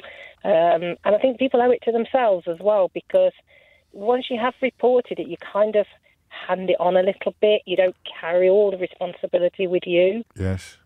Yes, that's very true. So I mean, it's good for you as well as good for society more generally. To move it on. I'm sorry. That's awful. The idea of a police. Well, first of all, your colleagues not taking you seriously, and then the police officer sort of adding to the problem. Francesca, do take care. It's just gone 12 o'clock. I'm going to share with you two stories that I've had to double check, because given the day upon which we're having this conversation and the reasons why we're having it, I couldn't quite believe that these two stories had both broken on the same morning, all right? And make of them what you will. The first is the news from approximately 20 minutes ago that the father of the boy who murdered Brianna Ghey has just been jailed for 15 months after admitting 2 counts of exposure and 1 count of taking an indecent photo of a child. He's the father of 16-year-old Eddie Ratcliffe, who you remember was jailed for at least 20 years last month after for the murder of Brianna Ghey. And then the other story, which in many ways is as shocking, although for completely different reasons, is being picked up by Politico. Esther Webber, their senior UK correspondent, reports this morning that the government is pulling a vote on banning MPs accused of violent and sexual offences from Parliament. It was due on Monday, but Tory backbenchers, including Christopher Chope and Philip Davis, writes Esther Webber, are putting up a fight. Accusations do not involve or impute guilt. Of course they don't. So it may be a little bit more nuanced than it originally appears. But of course, if you'd been accused of it and then found that there was no case to answer, there would be nothing to stop you returning to your attempt to get into Parliament. Extraordinary, really, that those two stories both broke this morning. This is LBC from Global, leading Britain's conversation. Mystery Hour with James O'Brien. 6 minutes after 12 is the time, and you are listening to James O'Brien on LBC. Don't let me go home today without telling you about the play I saw last night. I don't know that I've ever wanted to recommend a play as highly as the one that I had the pleasure of seeing last night. But before all of that, Mystery Hour is upon us, your weekly opportunity to achieve the sort of satisfaction not ordinarily available anywhere else on your radio dial. And if you're not familiar with it, it's pretty straightforward. You can only ring in, by the way. Keith's worried that people need reminding, because I haven't told you for a couple of years, and a lot of people have now started complaining that I'm not reading their texts. We are, once again, victims of our own popularity. I do not respond to texts, except in the most extraordinary and unprecedented of circumstances in which you almost certainly do not currently find yourself. If you were on the moon and you couldn't ring in but you could text, I might make an exception. Actually, that's silly. A space station would be fine. That would be fine as well. Someone rings in, asks a question, it could be you. Someone else rings in and answers it. That's pretty much it. Do you know, I'd like to start a new feature on people who sent me texts accidentally. Because I don't know why. You would have thought, wouldn't you, that if the number was 84850 for a text, or now that you can WhatsApp me, it's still 0345 6060973. So it's not a normal phone number. It's not like an 0779 whatever normal phone numbers are. So I've never fully understood. I presume it's because you've got me saved in your phone, is it? You've got LBC saved in your phone and you accidentally send it to the wrong destination rather than that you've accidentally punched in the wrong number. But I should start looking out for them because they just make me smile so much. Someone called Sanders has been in touch to ask, hey, how are you doing today? At what time are you free? Well, I'm doing fine, Sanders. 1 o'clock usually, but I've got a podcast today at 2. But thanks for asking. I just read them out and then answer them literally. Could you pick up some bacon because I've got to go to the dentist's? Yeah, that's sure. What do you want? Smoked or unsmoked? Back or streaky? I'll see what I can do. And also, good luck at the dentist. What time's your appointment? 2:30. Ba-boom tish. You can win a prize, not for jokes like that, obviously, but for being my favourite contribution of the day. You can win a Mystery Hour board game. I literally, this is such a popular radio feature. It has spawned an extremely popular board game, which is great fun. And yours for the price of a quality contribution, a top quality contribution, or for the price of about 20 quid if you want to head over to mysteryhour.co.uk. This is a proper competition and therefore governed by proper rules. And therefore I can refer you to lbc.co.uk where the full terms and conditions are available. Should we crack on? I think that's covered almost everything. Let's just start at the beginning. Dominic is in Bispam in Lancashire. Dominic, question or answer? It's a question, James. Nice to speak to you. Likewise. What have you got? And before I do ask the question, I just say I've only been listening to you from May, but I've listened to 150 episodes on your podcast non-stop. Since May? Since May just gone. That's fantastic. I've only got 50 episodes left, so I'm plowing through. No, there's 500. This is a very pregnant pause. Dominic, are you still there? Oh, he's actually not. Windy day, then your phone cut out. Oh God, that was almost. Was that you, Keith, or was that genuinely the gremlins in the system? No, your phone cut out at literally the point of me asking. I'm sure there's 500, isn't there? Yeah, there is 500. I've only got 50 left to listen to. So you've watched 450? Yeah, I've listened to 450 episodes. Watched, I bet, yeah. I misheard you. I thought you said 100. That's an extraordinary achievement. I'm going to give you a round of applause right now. Thank you. No, you're very welcome. If I had gold clocks, I'd give you one. Question or answer, Dominic? It is a question. And you can be fairly confident that we haven't asked it before, or at least not in the first 450 episodes of Mystery Hour. Well, when I stop listening, I'm going to be like Wayne in Basildon, but instead I'm going to be Dom the Mystery Hour listener.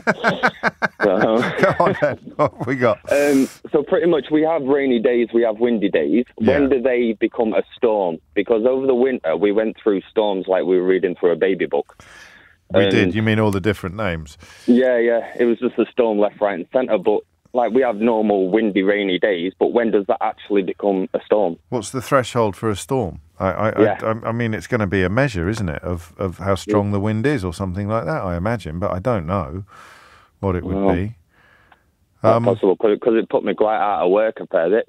No, you're. What do you mean? Well, put them. Yeah, no, it wouldn't, would it? So we'll find out for you. What is the threshold that needs to be crossed for a rainy day or a windy day to become an actual storm? And you see it. You're right on the weather map. So there must be a way of doing it. Pressure, wind speed. I like that question, Dom. Well done. I can tell that you've done your homework. 450 hours of it, which is to be encouraged. Maureen's been in touch. She says, "Can you get me some bacon, please, James?" No. Maureen is the answer to that. Get your own. Sam's in Oxford. Sam, question or answer? Question, please, James. Carry on. Why was Napoleon known by his first name, whereas most of the other crazy dictators in history are all known by their second name? I don't want to get into a. Does Napoleon qualify as a crazy dictator? Well, you know, I was thinking about another phrase to use, and there were many that came to mind. What about Queen Victoria? Sure, but I mean people who are most known for bad things, should we say? Well, depending on where you go in the world, mate. Of course. Napoleon in France, I don't think is considered to be mostly responsible for bad things, is he? I don't know. I can't say I'm not a Frenchman. No, but I'm going to go out on a limb. The fact that they came back a couple of years later with another Napoleon and tried to have another empire suggests that he was quite fondly remembered, even though he got himself into a little bit of hot water towards the end of his life. But is it true? I mean, who are the ones that you're thinking of? Well, I mean, you know, if you go Hitler and your Stalin, that kind of thing, it's always someone's surname. And why is it someone's first name? Well, two reasons, two answers. I don't think it is. I think that, if you're an emperor, then they go with your Christian name, don't they? Yeah. Emperor Nero. I thought that was my inkling, but I wasn't sure. Emperor Napoleon, Queen Victoria. So if you've got a title before your name, other than Führer, then they go with your first name. It's Tsar Nicholas. Like a royal. He was. He achieved royal status by becoming emperor. So I genuinely, you may have answered it for me. I think that is the answer. The first name goes with the honorific. And neither Does that mean you can Stalin. Give yourself a round of applause, I do every day, Sam, metaphorically, but at least today I can do it literally. But you've opened a can of worms, haven't you? Because I presume that French people do look back upon Napoleon with a sort of sense of imperial pride, akin to the way that a lot of British people look back upon our 19th century exploits. But I don't know. Anyway, the bottom line is I get a round of applause. Thank you, Sam. Early doors. I'm working it out live on air, which is always a particular pleasure. Well, I don't know what a soft G is, Jake. It's a J, is it? And a G is a hard G, is it? So it's Jev in Hove, not Gev. Hello, Jev. It's Jed. It's what? Jed. It's Jed. Jed. It's not even Jev. It's Jed with a D. I've been called far worse. So so have I, but they've written Jev and then they've put in brackets soft G on the screen. That's the first time I've ever had pronunciation notes for an incorrectly spelt name. No problem at all. Question or answer, Jed? Question, please. Carry on. Why do racehorses have such strange names? It's not just racehorses, Jed. And horses in general? No, not horses in general, but that, in a sense, is the answer to your question. Because horses in general don't have strange names. You could call a horse Dobbin. But what are the odds on you meeting another Dobbin when you were out for a ride? True. Did you just provide your own sound effect then? That was extraordinary. Maybe. That sounded brilliant. So because I have a pedigree. I've got a pedigree dog. That's it. And when I was a kid, we had a pedigree cat, and they've got bonkers names. They've got like 4 names. Can you work out what the answer is yet? I kind of understand it, but when there's gambling involved and it's such a big organised lineage, thing, you've got to prove the lineage. So you can't have a dog called Spot. The dog has to have a name, I think, recognised by the Kennel Club, that is specific to that dog, so that you can actually, because you pay a premium for a puppy sired by that dog in the same way that you pay a premium for a foal sired by that stallion or birthed by that mare. So the reason why they have to have increasingly complicated or esoteric names is simply for the exclusivity that they provide, the descriptive exclusivity. Sounds good to me. I'm on fire today, mate, aren't I? Apart from getting your name wrong, despite having pronunciation notes on the screen in front of me. That's another round of applause for me. I'll tell you what would be funny. Hey, Jed, come here. Go on. Do you know what would be funny, mate? Go on. Because you know how this is about horses, yeah? Yeah. Steward's inquiry on this one. I think so. Yeah, 12:15. Mystery Hour on LBC with James O'Brien. 18 minutes after 12 is the time. What's the criteria, the threshold for a storm? When does a windy day or a rainy day, or indeed a rainy, windy day, become a storm? Does it need thunder, perhaps, or lightning? Is it very, very frightening? I've answered the other 2 questions in my characteristically arrogant fashion, but there is always room for a steward's inquiry, particularly on Jed's question. He'll always be Ged to me. Jed's question about you're Ged to me. Jed's question about the curious, apparently eccentric names for horses. I'm sure that my answer is correct, but there may, of course, be more to it. There may be other elements as to why they have such complicated and exciting and eccentric-sounding names. Beatrice is in York. Beatrice, question or answer? Hello, it's a question. Yes. So it's dog related because I love dogs. So you can get whistles for dogs when you're training them. Yes, I believe they're called dog whistles. Well, if 2 people that don't know each other are walking their dogs on a big field and they've got the same whistle from the same shop, how does the dog know if the person blows the whistle at different ends of wherever they are? How does the dog know which person to go to? I don't think it does. It does, because they go to them. Yeah, but you can't hear it, so how do you know it's making the same noise? Because if you blow 2 different whistles, or if somebody that's with you blows the 2 different whistles, I don't know the answer, sound. but because, by channeling Sherlock Holmes, you've got 2 dog owners with 2 whistles, both blowing their whistle, and the dogs, and I'm taking your word for this, Beatrice, the dogs both make their way then to their own owner in response to the whistle, then there is only one explanation for how that could be, and that is that the whistles are, from the dog's point of view, making different noises. There can't be another explanation. There literally can't be. The more confident I get at moments like this, Beatrice, the more humiliated I am 10 or 15 minutes later. So then how does the person making the whistle make so many different sounds? I don't know that it does. I don't know that it does. I think the whistles might be ever so slightly differently calibrated. Oh, okay. Or you might puff differently, and the dog's hearing is so finely tuned that if we both blew into a tube, we would have a different strength of blowing, wouldn't we? So it may be linked to that, but I cannot see how the answer to your question can be anything other than the dogs are hearing different tones.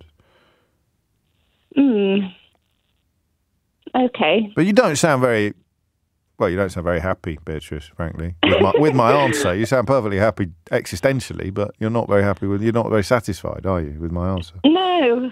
I would like to know the answer from a professional. Oh, thanks very much. What do you think I am? Chop liver? Yes.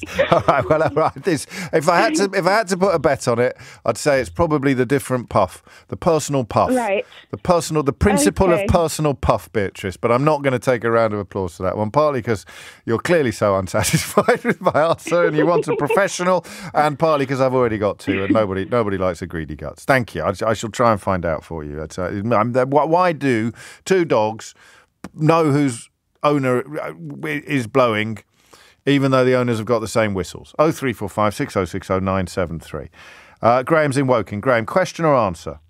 I've got a question. Carry on. It's also to do with high pitch, actually. Oh. I have tinnitus. Oh, I'm sorry. It's really frustrating. That's right. I bet it is. It does my head in. Yeah. But if I press a part of my head with different pressure, and then a different part of my head with different pressure, the pitch of the tinnitus will adjust. It will go higher or lower. It will muffle slightly. Never goes away. But I want to know why, if I press my head hard, say around the crown, for example, the pitch will change. But why? Well, this is an esoteric inquiry, isn't it? By all accounts. I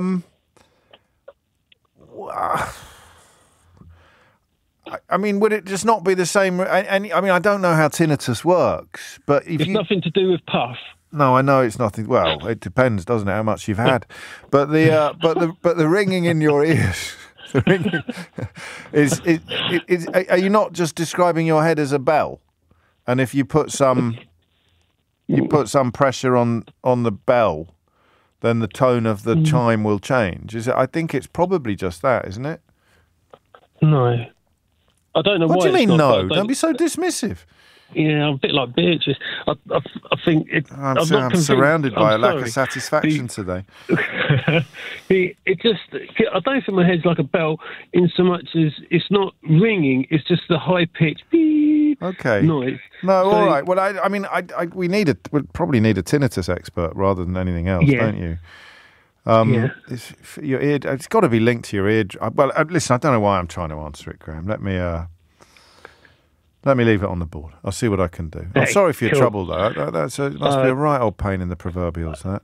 It is, actually. It does do my head in. And sometimes you don't notice it, and then another day you're like, oh, man. Yeah, and then as soon as you do, you can't unnotice it, I imagine, can you? That's the really annoying thing. And then when you think it's gone, you start listening for it. It's like, is it gone? Oh, there it is. And then you say, why did I listen for it? Why did I've done it again? I've done it again.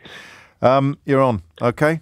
Cool. Thanks, James. You're very welcome. It is 25 minutes after 12. You are listening to James O'Brien on LBC. Why does James, this is a question from Sue, and I don't take questions by text, but this one caught my eye. Why does James tie us all up in knots with political debates when a good old-fashioned anecdote about his River Island underpants gives us all a good laugh? This is a real question. I can't do 3 hours a day of anecdotes about my underpants, Sue. Well, thank you, Keith. It's possible I could. But they'd get progressively worse, as underpants are wont to do. Kieran's in Dublin. Kieran, question or answer? Question, James. Carry on. So, James, you're running a couple of commercials on the station there at the moment. One, I think, is either for McDonald's or Kentucky, and another one for... Be careful. These pay you're not going to be rude, are you? These pay my mortgage. No. All right, carry on then. So I'm just wondering, are these people who are on the ads, who are voicing the ads, like, you know your man who does the vintage cash cow ad, does he actually speak like that, or are they putting voices on for the ads? I know this because I've got a newish mate called Gav. He's a big mate of Chris Moyles', and he does a very, very famous voice in a very, very famous advert. I don't want to say what it is because I haven't cleared it with him, but he categorically doesn't speak like that in real life. You knew that, though. You're talking about a really exaggerated voice.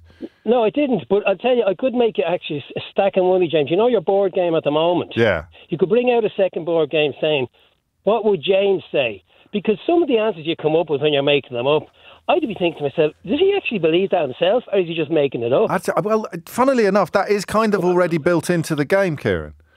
All right. Because what you have on the card, you have the right answer, you have the wrong answer, and then you have a space into which you can put your own made-up answer. So you could... Yeah, but your own made-up answers couldn't be half as good as some of the ones you'd be coming up with. Yeah, but then you never... Yeah, but you don't be... If it's what would James say, you prune, you've got to make it up yourself, haven't you? You're not going to be able to read my mind. Guess your own. You have to guess what would you've said, because it's probably the most... all right, I'll take that back. You're not a prune. You're not a prune. You mean here's the... Which of these was James's invented answer? Yes. And it's probably the most weirdest one out there. There is a slight... Well, actually, I think you'll find most of my answers are correct, Kieran. Thank you very much. But there is a slight problem. Because what I'm trying to do, Kieran, is obviously my plans for world domination involve marketing the game to people who've got no idea who I am, you see. So that wouldn't work at all. That wouldn't work at all. No one plays Monopoly, do they? Because they know the fella that invented it. They look, I want to rule the world, Kieran. I want Miss Chow to be played in Ulaanbaatar and Timbuktu. I don't just want it to be confined to people who've had the pleasure of tuning into the programme every week. All right. Well, you say the last thing. Give yourself a handshake, a hand clap. Careful. I will, actually, because apparently Chris always mentions it on air, and it is Gav, and it is the Cocoa Pops monkey. So I'll take that as a round of applause. Thank you very much. Oh, I'm on a roll today, 3 for 3. It's coming up, 12:28 is the time, at least one more before the news. Simon's in Bournemouth. Simon, question or answer? It's an answer, James. Carry on. Love the show. Thank you. It's about the horse racing question. Are we having a steward's inquiry on the horse racing question? We are a little. Get in! Yes! Carry on. I've never been so happy to have a steward's inquiry on one of my own answers before. I love it. Carry on. So when horses are foaled, they're unnamed. And and then the owner of the foal gets to choose a name for the horse. Yes. And they are allowed 18 characters.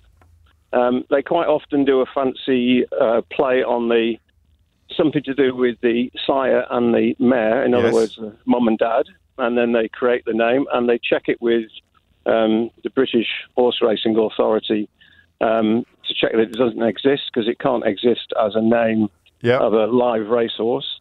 Well, exactly. Yeah, exactly. And there are certain things that you can't put into the name, certain rude things, and then things like colt and filly and things like that. And you're not allowed a number, but you can spell out a number. So if you're a golfer, you can have 3 under through 5.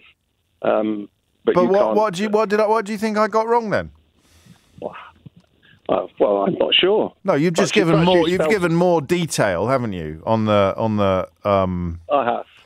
On the answer. But the part of the rationale for not being able to use a name that's already in use isn't just to avoid duplication, but it's also to provide lineage, so you can prove lineage. So, well, it could be. Well, it has to be. Yes. Otherwise, you call your horse Red Rum, and then you could sell the foals for millions. Couldn't you? Yeah, it could do. There we go. I'm going to give you a round of applause, but I don't think your steward's inquiry was successful, because I think my answer stands. But I'm feeling kind. I'm feeling kind, and I've got applause coming out my ears. Mystery Hour with James O'Brien. This is LBC. Do you know, if I had £1 for everyone who's texted me since 12 o'clock today saying, "Hi James, I'm texting you from the International Space Station," I'd have at least £17. Chef Alex from London is helping to explain the dog whistle question, but I cannot. See, Keith was right. I tend not to look at the inbox during Mystery Hour, but Keith keeps an eye on things. Very concerned that we need to reiterate the message that we don't accept contributions via text or tweet or WhatsApp, which you can now use to get in touch with the programme, although I'll ignore it between 12 o'clock and 1. Well, I won't necessarily ignore it, but there's a much lower chance of me noting it than there would be the rest of the week. But the WhatsApp number is the same as the phone number. Jennifer's in Torquay. Jennifer, question or answer? Hi, James. Hello, it's Jennifer. A question, Carry please. on. Carry on. Okay. Is it ever too cold to snow? Not in Torquay, Jennifer. Not on the English Riviera. Not a chance.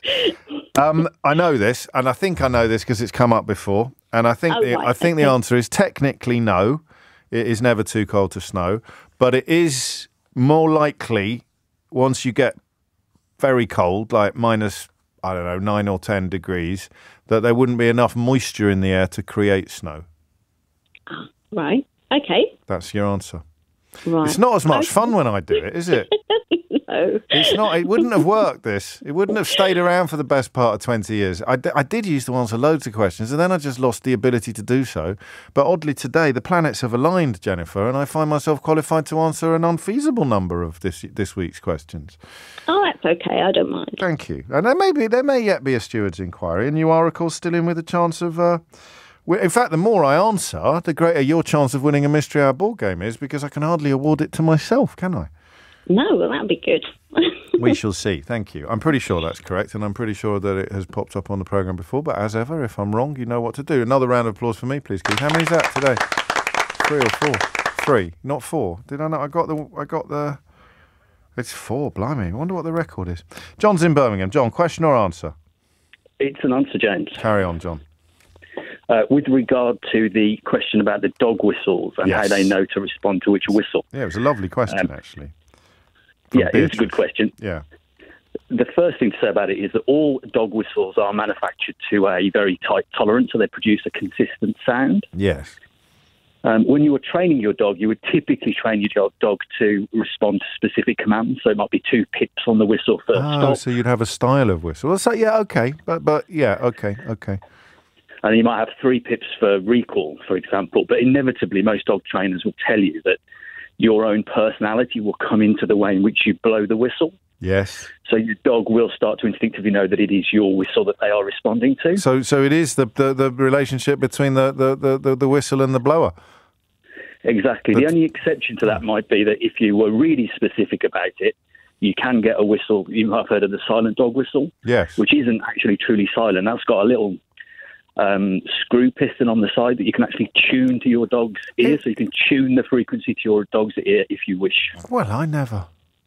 That's your top of the range dog whistle. Yeah, that is a dog whistle that is a very nice bit of kit. Solid silver dog whistle. Yeah, nice bit of kit. Qualifications? I am the archivist at the Acme Whistle Company in Birmingham, who have been making the majority of the world's dog whistles since 1870. You are kidding me? Nope. That is Hudson & Co. Yeah, that's the one. I've walked past it and I've thought, I wonder if they're still making whistles. Yeah, they absolutely are. They make the most of the world's dog whistles, actually. Yeah. And remind me whereabouts it is in Birmingham. That is in the Hockley area of Birmingham. Yeah. And you're not based at the factory, obviously. I work sort of... So what have I walked past? You've walked past a factory, a very old... Well, it's not Victorian. It's built in 1909, that factory. Yeah, and it looks like it. Yeah, and behind those walls, you'll see Acme Thunder has been made, the sports whistles, and the millions of dog whistles being made. That is, wow. How many dog whistles? I mean, that's not your only job, is it? Dog whistle archivist? It's not my only job, actually, no, but that's a role that I fulfil for them, yeah. That's got to be at Ray Liotta, hasn't it? I mean, Acme don't just make dog whistles, do they? No, they don't just make dog whistles. They make sports whistles. You'll have heard of the Acme Thunder, or probably for referees use. And you're the archivist for the whole of the whistle world. Yes, yeah. How'd you get into that? Like most things in life, I suppose, James, a bit of serendipity. Yeah. And how long have you been doing it? It's coming up to, I think, 4 years. I studied history at university and then got into it that way. It's one of those things. Yeah. And when do you think you're going to call it full time? I'm so sorry. Do you want a round of applause? Oh, I'd love a round of applause. You can whistle for it.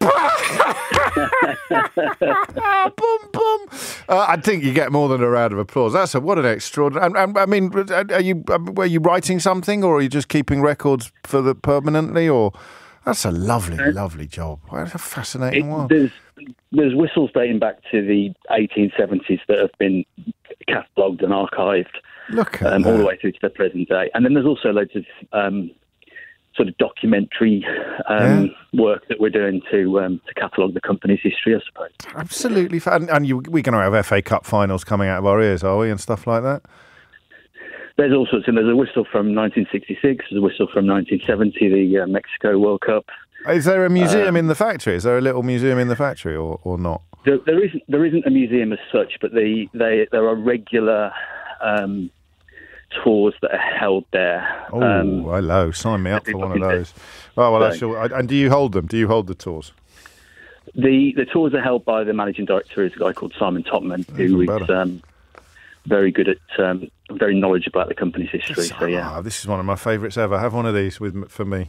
I'm Ray Liotta, and you're listening to James O'Brien on LBC. If you build it, unbelievable. Thank you. They will come. They will come. Absolutely first class, and lots of you sharing my. This is my favourite taste. This is absolutely priceless. What a great LBC community we have built together. You're not wrong.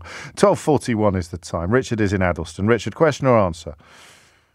It's a question, James. Carry on. Okay. So I take my kids swimming most weekends. Yes. I wear glasses. I've got terrible eyesight, so I take them off when we go in the pool. Now, it's blurry when I've got my head above water, but also underwater, which I think is quite standard. Yeah. I said to my daughter the other day, take your goggles off, because she's an avid wearer of them. I said, because in an emergency, you wouldn't have them with you, so practice without them like I used to do at school. Top dadding. Yeah.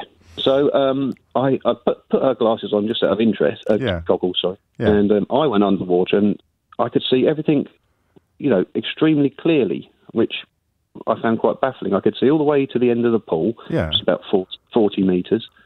All the tiles, all the grouting, everything, legs, whatever. You could just see clear as a bell as if I'd put my glasses on. And I was baffled because these are just sort of perspex goggles that you buy in the foyer with no prescription in them at all.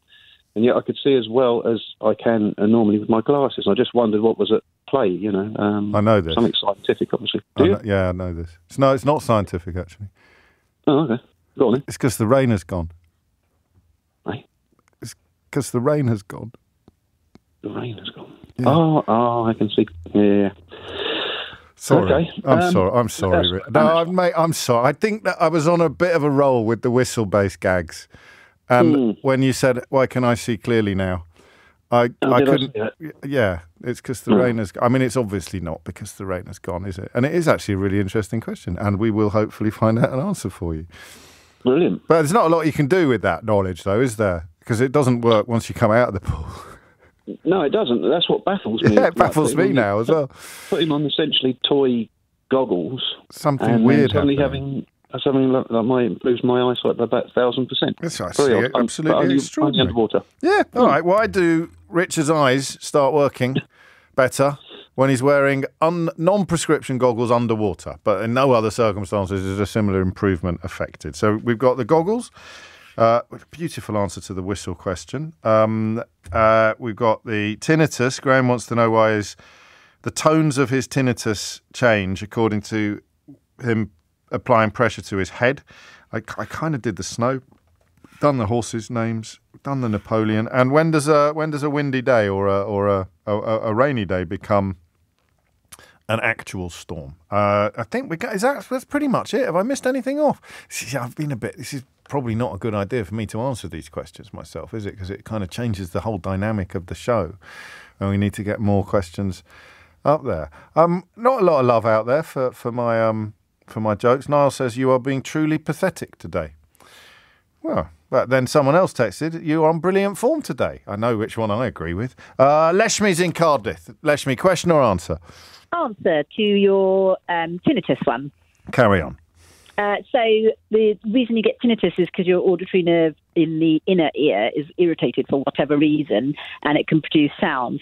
If you press different sort of areas of the head, so like, around ears, which is soft tissue, yes, you might change or irritate the conduction will go through to the auditory nerve and maybe irritate it in a different way. So you might change the tone of it. Whereas if you put your hand on your forehead, it's mostly bone, that probably wouldn't kind of change the tone of the tinnitus. So it depends how well the conduction, wherever you've pressed, how much it further presses on the auditory nerve, and therefore the tone. Okay, I think that follows. Qualifications? I'm a GP. Has it got anything to do with the liquid in the inner ear? Yeah, so once you kind of. So once you go past the tympanic membrane, it's all liquid, and you've got like your little bones, and you've got your semicircular canals, and then you've got your auditory thing. So it does get conducted more easily behind the tympanic membrane than in front of it, because obviously it's air versus fluid. So it depends sort of how hard you press and how much the conduction sort of goes to the auditory nerve and annoys the auditory nerve. That's a pretty comprehensive answer. Let me have a round of applause on me. Thank you. I'll cross that one off as well. We've got time for a couple more questions as well.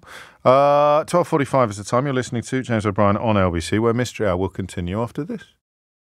Mystery Hour on LBC with James O'Brien. It is 12:49. You are listening to James O'Brien on LBC. So 2 questions that still need answers include the threshold for a storm. When does rubbish weather, when does bad weather actually become a storm? I'd have thought that was quite easy to answer. 0345 6060 973. And when Richard was swimming the other day, he has very bad eyesight. And yet when he borrowed his daughter's goggles and went underwater, he could see clearly.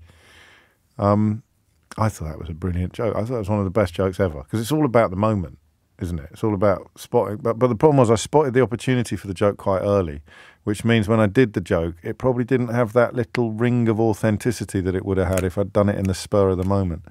But anyway, he could see clearly. Now the rain has gone. And because he had the goggles on, he could see clearly now with goggles on. Could see clearly now. He could see. And why? Why would goggles underwater have the same effect upon his eyesight as prescription spectacle lenses? Polly's in Camberley. Polly, question or answer? Question, James. Yes. Yeah, I just wondered, how would our tides change if we had like 2 or 3 moons, like some other planets? What? Of different. You know the moon affects the tides; it sucks it in and out. Well, what sort if we of. had? I mean, sort of. Yeah. What if we had 2 or 3 moons at different distances and sizes? What would happen to the tides then? Have you been at the wacky backy, Polly? No, serious. Are you sure? That's the kind of question that my student friends used to ask at about 3 o'clock in the morning when they just got back from a petrol station with 8 pot noodles and a packet of minstrels. I've just always wondered, because the moon causes a bulge, doesn't it? What if we had like 3 moons, man? Yeah, a serious question. Is it? Yes, because the moon causes a bulge and it brings the tides in and out. What if you had? What if you had multiple moons? Yeah. Multiple moons. What would happen to the tides? Yeah. Okay, you're on. Yeah, I mean, we may have misunderstood the nature of moons and tides and the relationship, but I don't know what would happen if we had multiple moons. What would happen to the tides if we had multiple moons? Yeah. You're on. Thank you. No, thank you, Polly. There you go. Moons and tides, and tides and moons and tides. And Terry in Chester. Question or answer, Terry? It's an answer, James. Carry on. I'm a big fan of yours. Pleasure to speak with you. Thank you. It's an answer to the question is, do voiceovers talk like voiceovers all of the time? And you are a voiceover. I can already tell that you are a professional voiceover. Why? That is so interesting, isn't it? Anyway, give us your answer first. The answer is, we'd like to think not. Yes.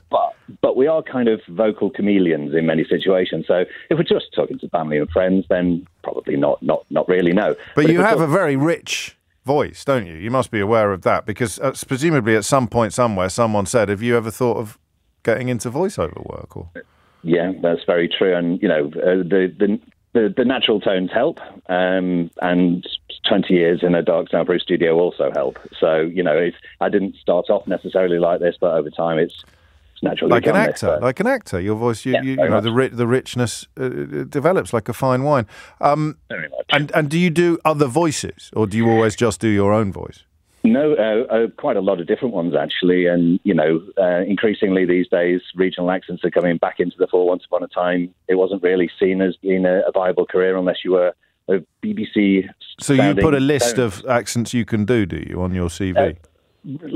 Rather than accents, because I think natural, it always wins out over performed, acted out accents. And I think, natural talent happens. But in terms of range and tone and that sort of thing. Yeah? Well, it's acting, isn't it?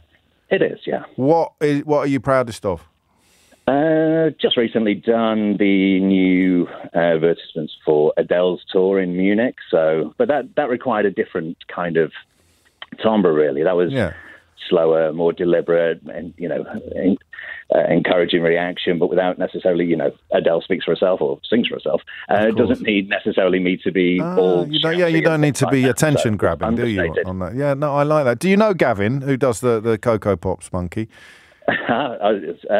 There are quite a few of us in a small social circle. So you do know each other. We'll know of each other, certainly. Well, because I was going to introduce you, because Gavin's on the other line. Gavin, how are you, mate? Hey, James, I'm good. Who's that? Sorry, I was on hold when he called through. Isn't that nice? Look at this. It's like a little get-together for voiceover experts and voiceover superstars. Is there a lot of competition, Gavin? Do you sort of put pins of Terry in a little wax effigy at night because you really wanted that Adele gig? No, there's so many of us. It's not. I mean, the scary thing is, for a conversation of the time, is everyone's against AI at the moment because a lot of voiceovers are being replaced by AI. So that's the biggest enemy at the moment, really, rather than ourselves. But I suppose that is a worry because it just gets better and better, doesn't it, with the evolution? Because I would think they're never going to be able to match the authenticity or the richness or the reality of your voices. But I suppose we're all a little bit worried about where AI might go in the future. What are you proudest of, Gavin? Terry very cleverly just plugged his latest work. He kind of ducked the question a bit there. But well, obviously, like you've said about the Cocoa Pops, or I could say about, introducing programs on BBC Three or the Olympics, or a lot of the live work I've done. But obviously, because we're LBC Global, it's obviously the voice of Zing Plants. So that, of course, is the big one. Anybody, career highlight by anybody's standards. I like this. I'll give you both a round of applause. I'll give you one each. All right, lads. Yay! Is that all right, Terry? All right, take care. Cheers, guys. Thanks, lads. 12:55 is the time. John is in Plymouth. John, question or answer?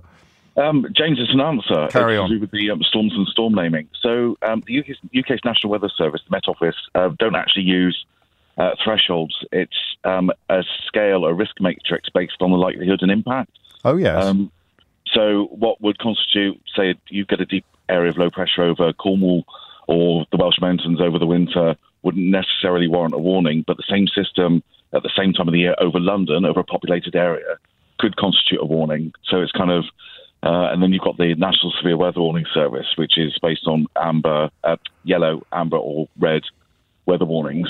The yellow one is to be aware. The amber is to be be prepared. So there's quite a few variables. There's quite a few variables that are being crunched to get down to the question of whether you warn about the likelihood of it. Yeah, and the chief forecaster will meet with civil contingency advisors around the country and discuss, local impacts and things like that. So it's a lot more complex than just thresholds. You've got a lovely voice as well, actually, just by coincidence. What are your qualifications? Well, I've worked on the Met Office weather desk for 9 years. So, and does that involve doing broadcasts? It doesn't, I'm afraid, no. No, well, you could do. You should tell the boss. Tell him James O'Brien said you've got a perfect voice for radio. That's got to count for something. That's got to count for something. I presumably don't want to. But I don't know if you could ever replace Gavin as the Cocoa Pops monkey. I don't know where your career ambitions lie, but I think he's got that one sewn up for the foreseeable future. Round of applause for John, please. Lovely stuff. And I think this would be the last one, will it, if it's an answer? Simba's in Brighton. Simba, question or answer? Hello, mate. I've got an answer for you. Nice one. You've got a minute. Make it sing. Okay, right. Firstly, I love you and what you do, so big ups and respect for everything. Yes, keep going. Secondly, you're on fire with your jokes, so don't let anyone put you down. But I did say hurry up, I've only got a minute, and we've now had 40 seconds. So the reason that he can see better with his goggles the goggles underwater is twofold. One is basically the goggle. Water interacts with the cornea, so it blurs your vision. So having the airspace in the goggle gives your cornea the ability to focus clearly. Right. And secondly, water itself has a different refractive index to plastic or anything. So he's probably got a slight refractive error, which coincides with the index of the water, which allows him to see much clearer. Sounds like a good answer. Qualifications? I've been a domiciliary optometrist for 10 years. That'll do nicely. Round of applause for Simba, please. Yay! Thank you to Gary for reminding me to do my Hook and Tease, which was King Lear at the Almeida Theatre in Islington. Is one of the finest productions I've ever seen, of any play ever. But I've also seen probably a dozen King Lears over the years, and this is just absolutely extraordinary. If you even just get the... I know it's London, I'm sorry, but it's just so beautiful, so absolutely extraordinary that I really cannot recommend it highly enough. Do we give the ball game to the whistle archivist, or do we usually decide that a Ray Liotta is reward enough? It is up to me, isn't it? Let's give it to him. Was it Gav? John in Birmingham. John in Birmingham, because that was such a perfect moment, I think. for Mystery Hour fans. That's it from me for another day. If you missed any of today's show, you can listen back on Catch Up on Global Player, which is, of course, the official LBC app where you can pause and rewind live radio. You can listen back to all my jokes again and again and again. They probably get funnier like a fine cheese. Download it now for free from your app store or head to globalplayer.com. Tom Strawberry with you at 4 o'clock. But now, standing in for Sheila Fogarty, it is, of course, Sangeeta Maiska. It is, of course, Sangeeta Maiska. It is, of course, Sangeeta Maiska. It is, of course, Sangeeta Maiska. It is, of course, Sangeeta Maiska.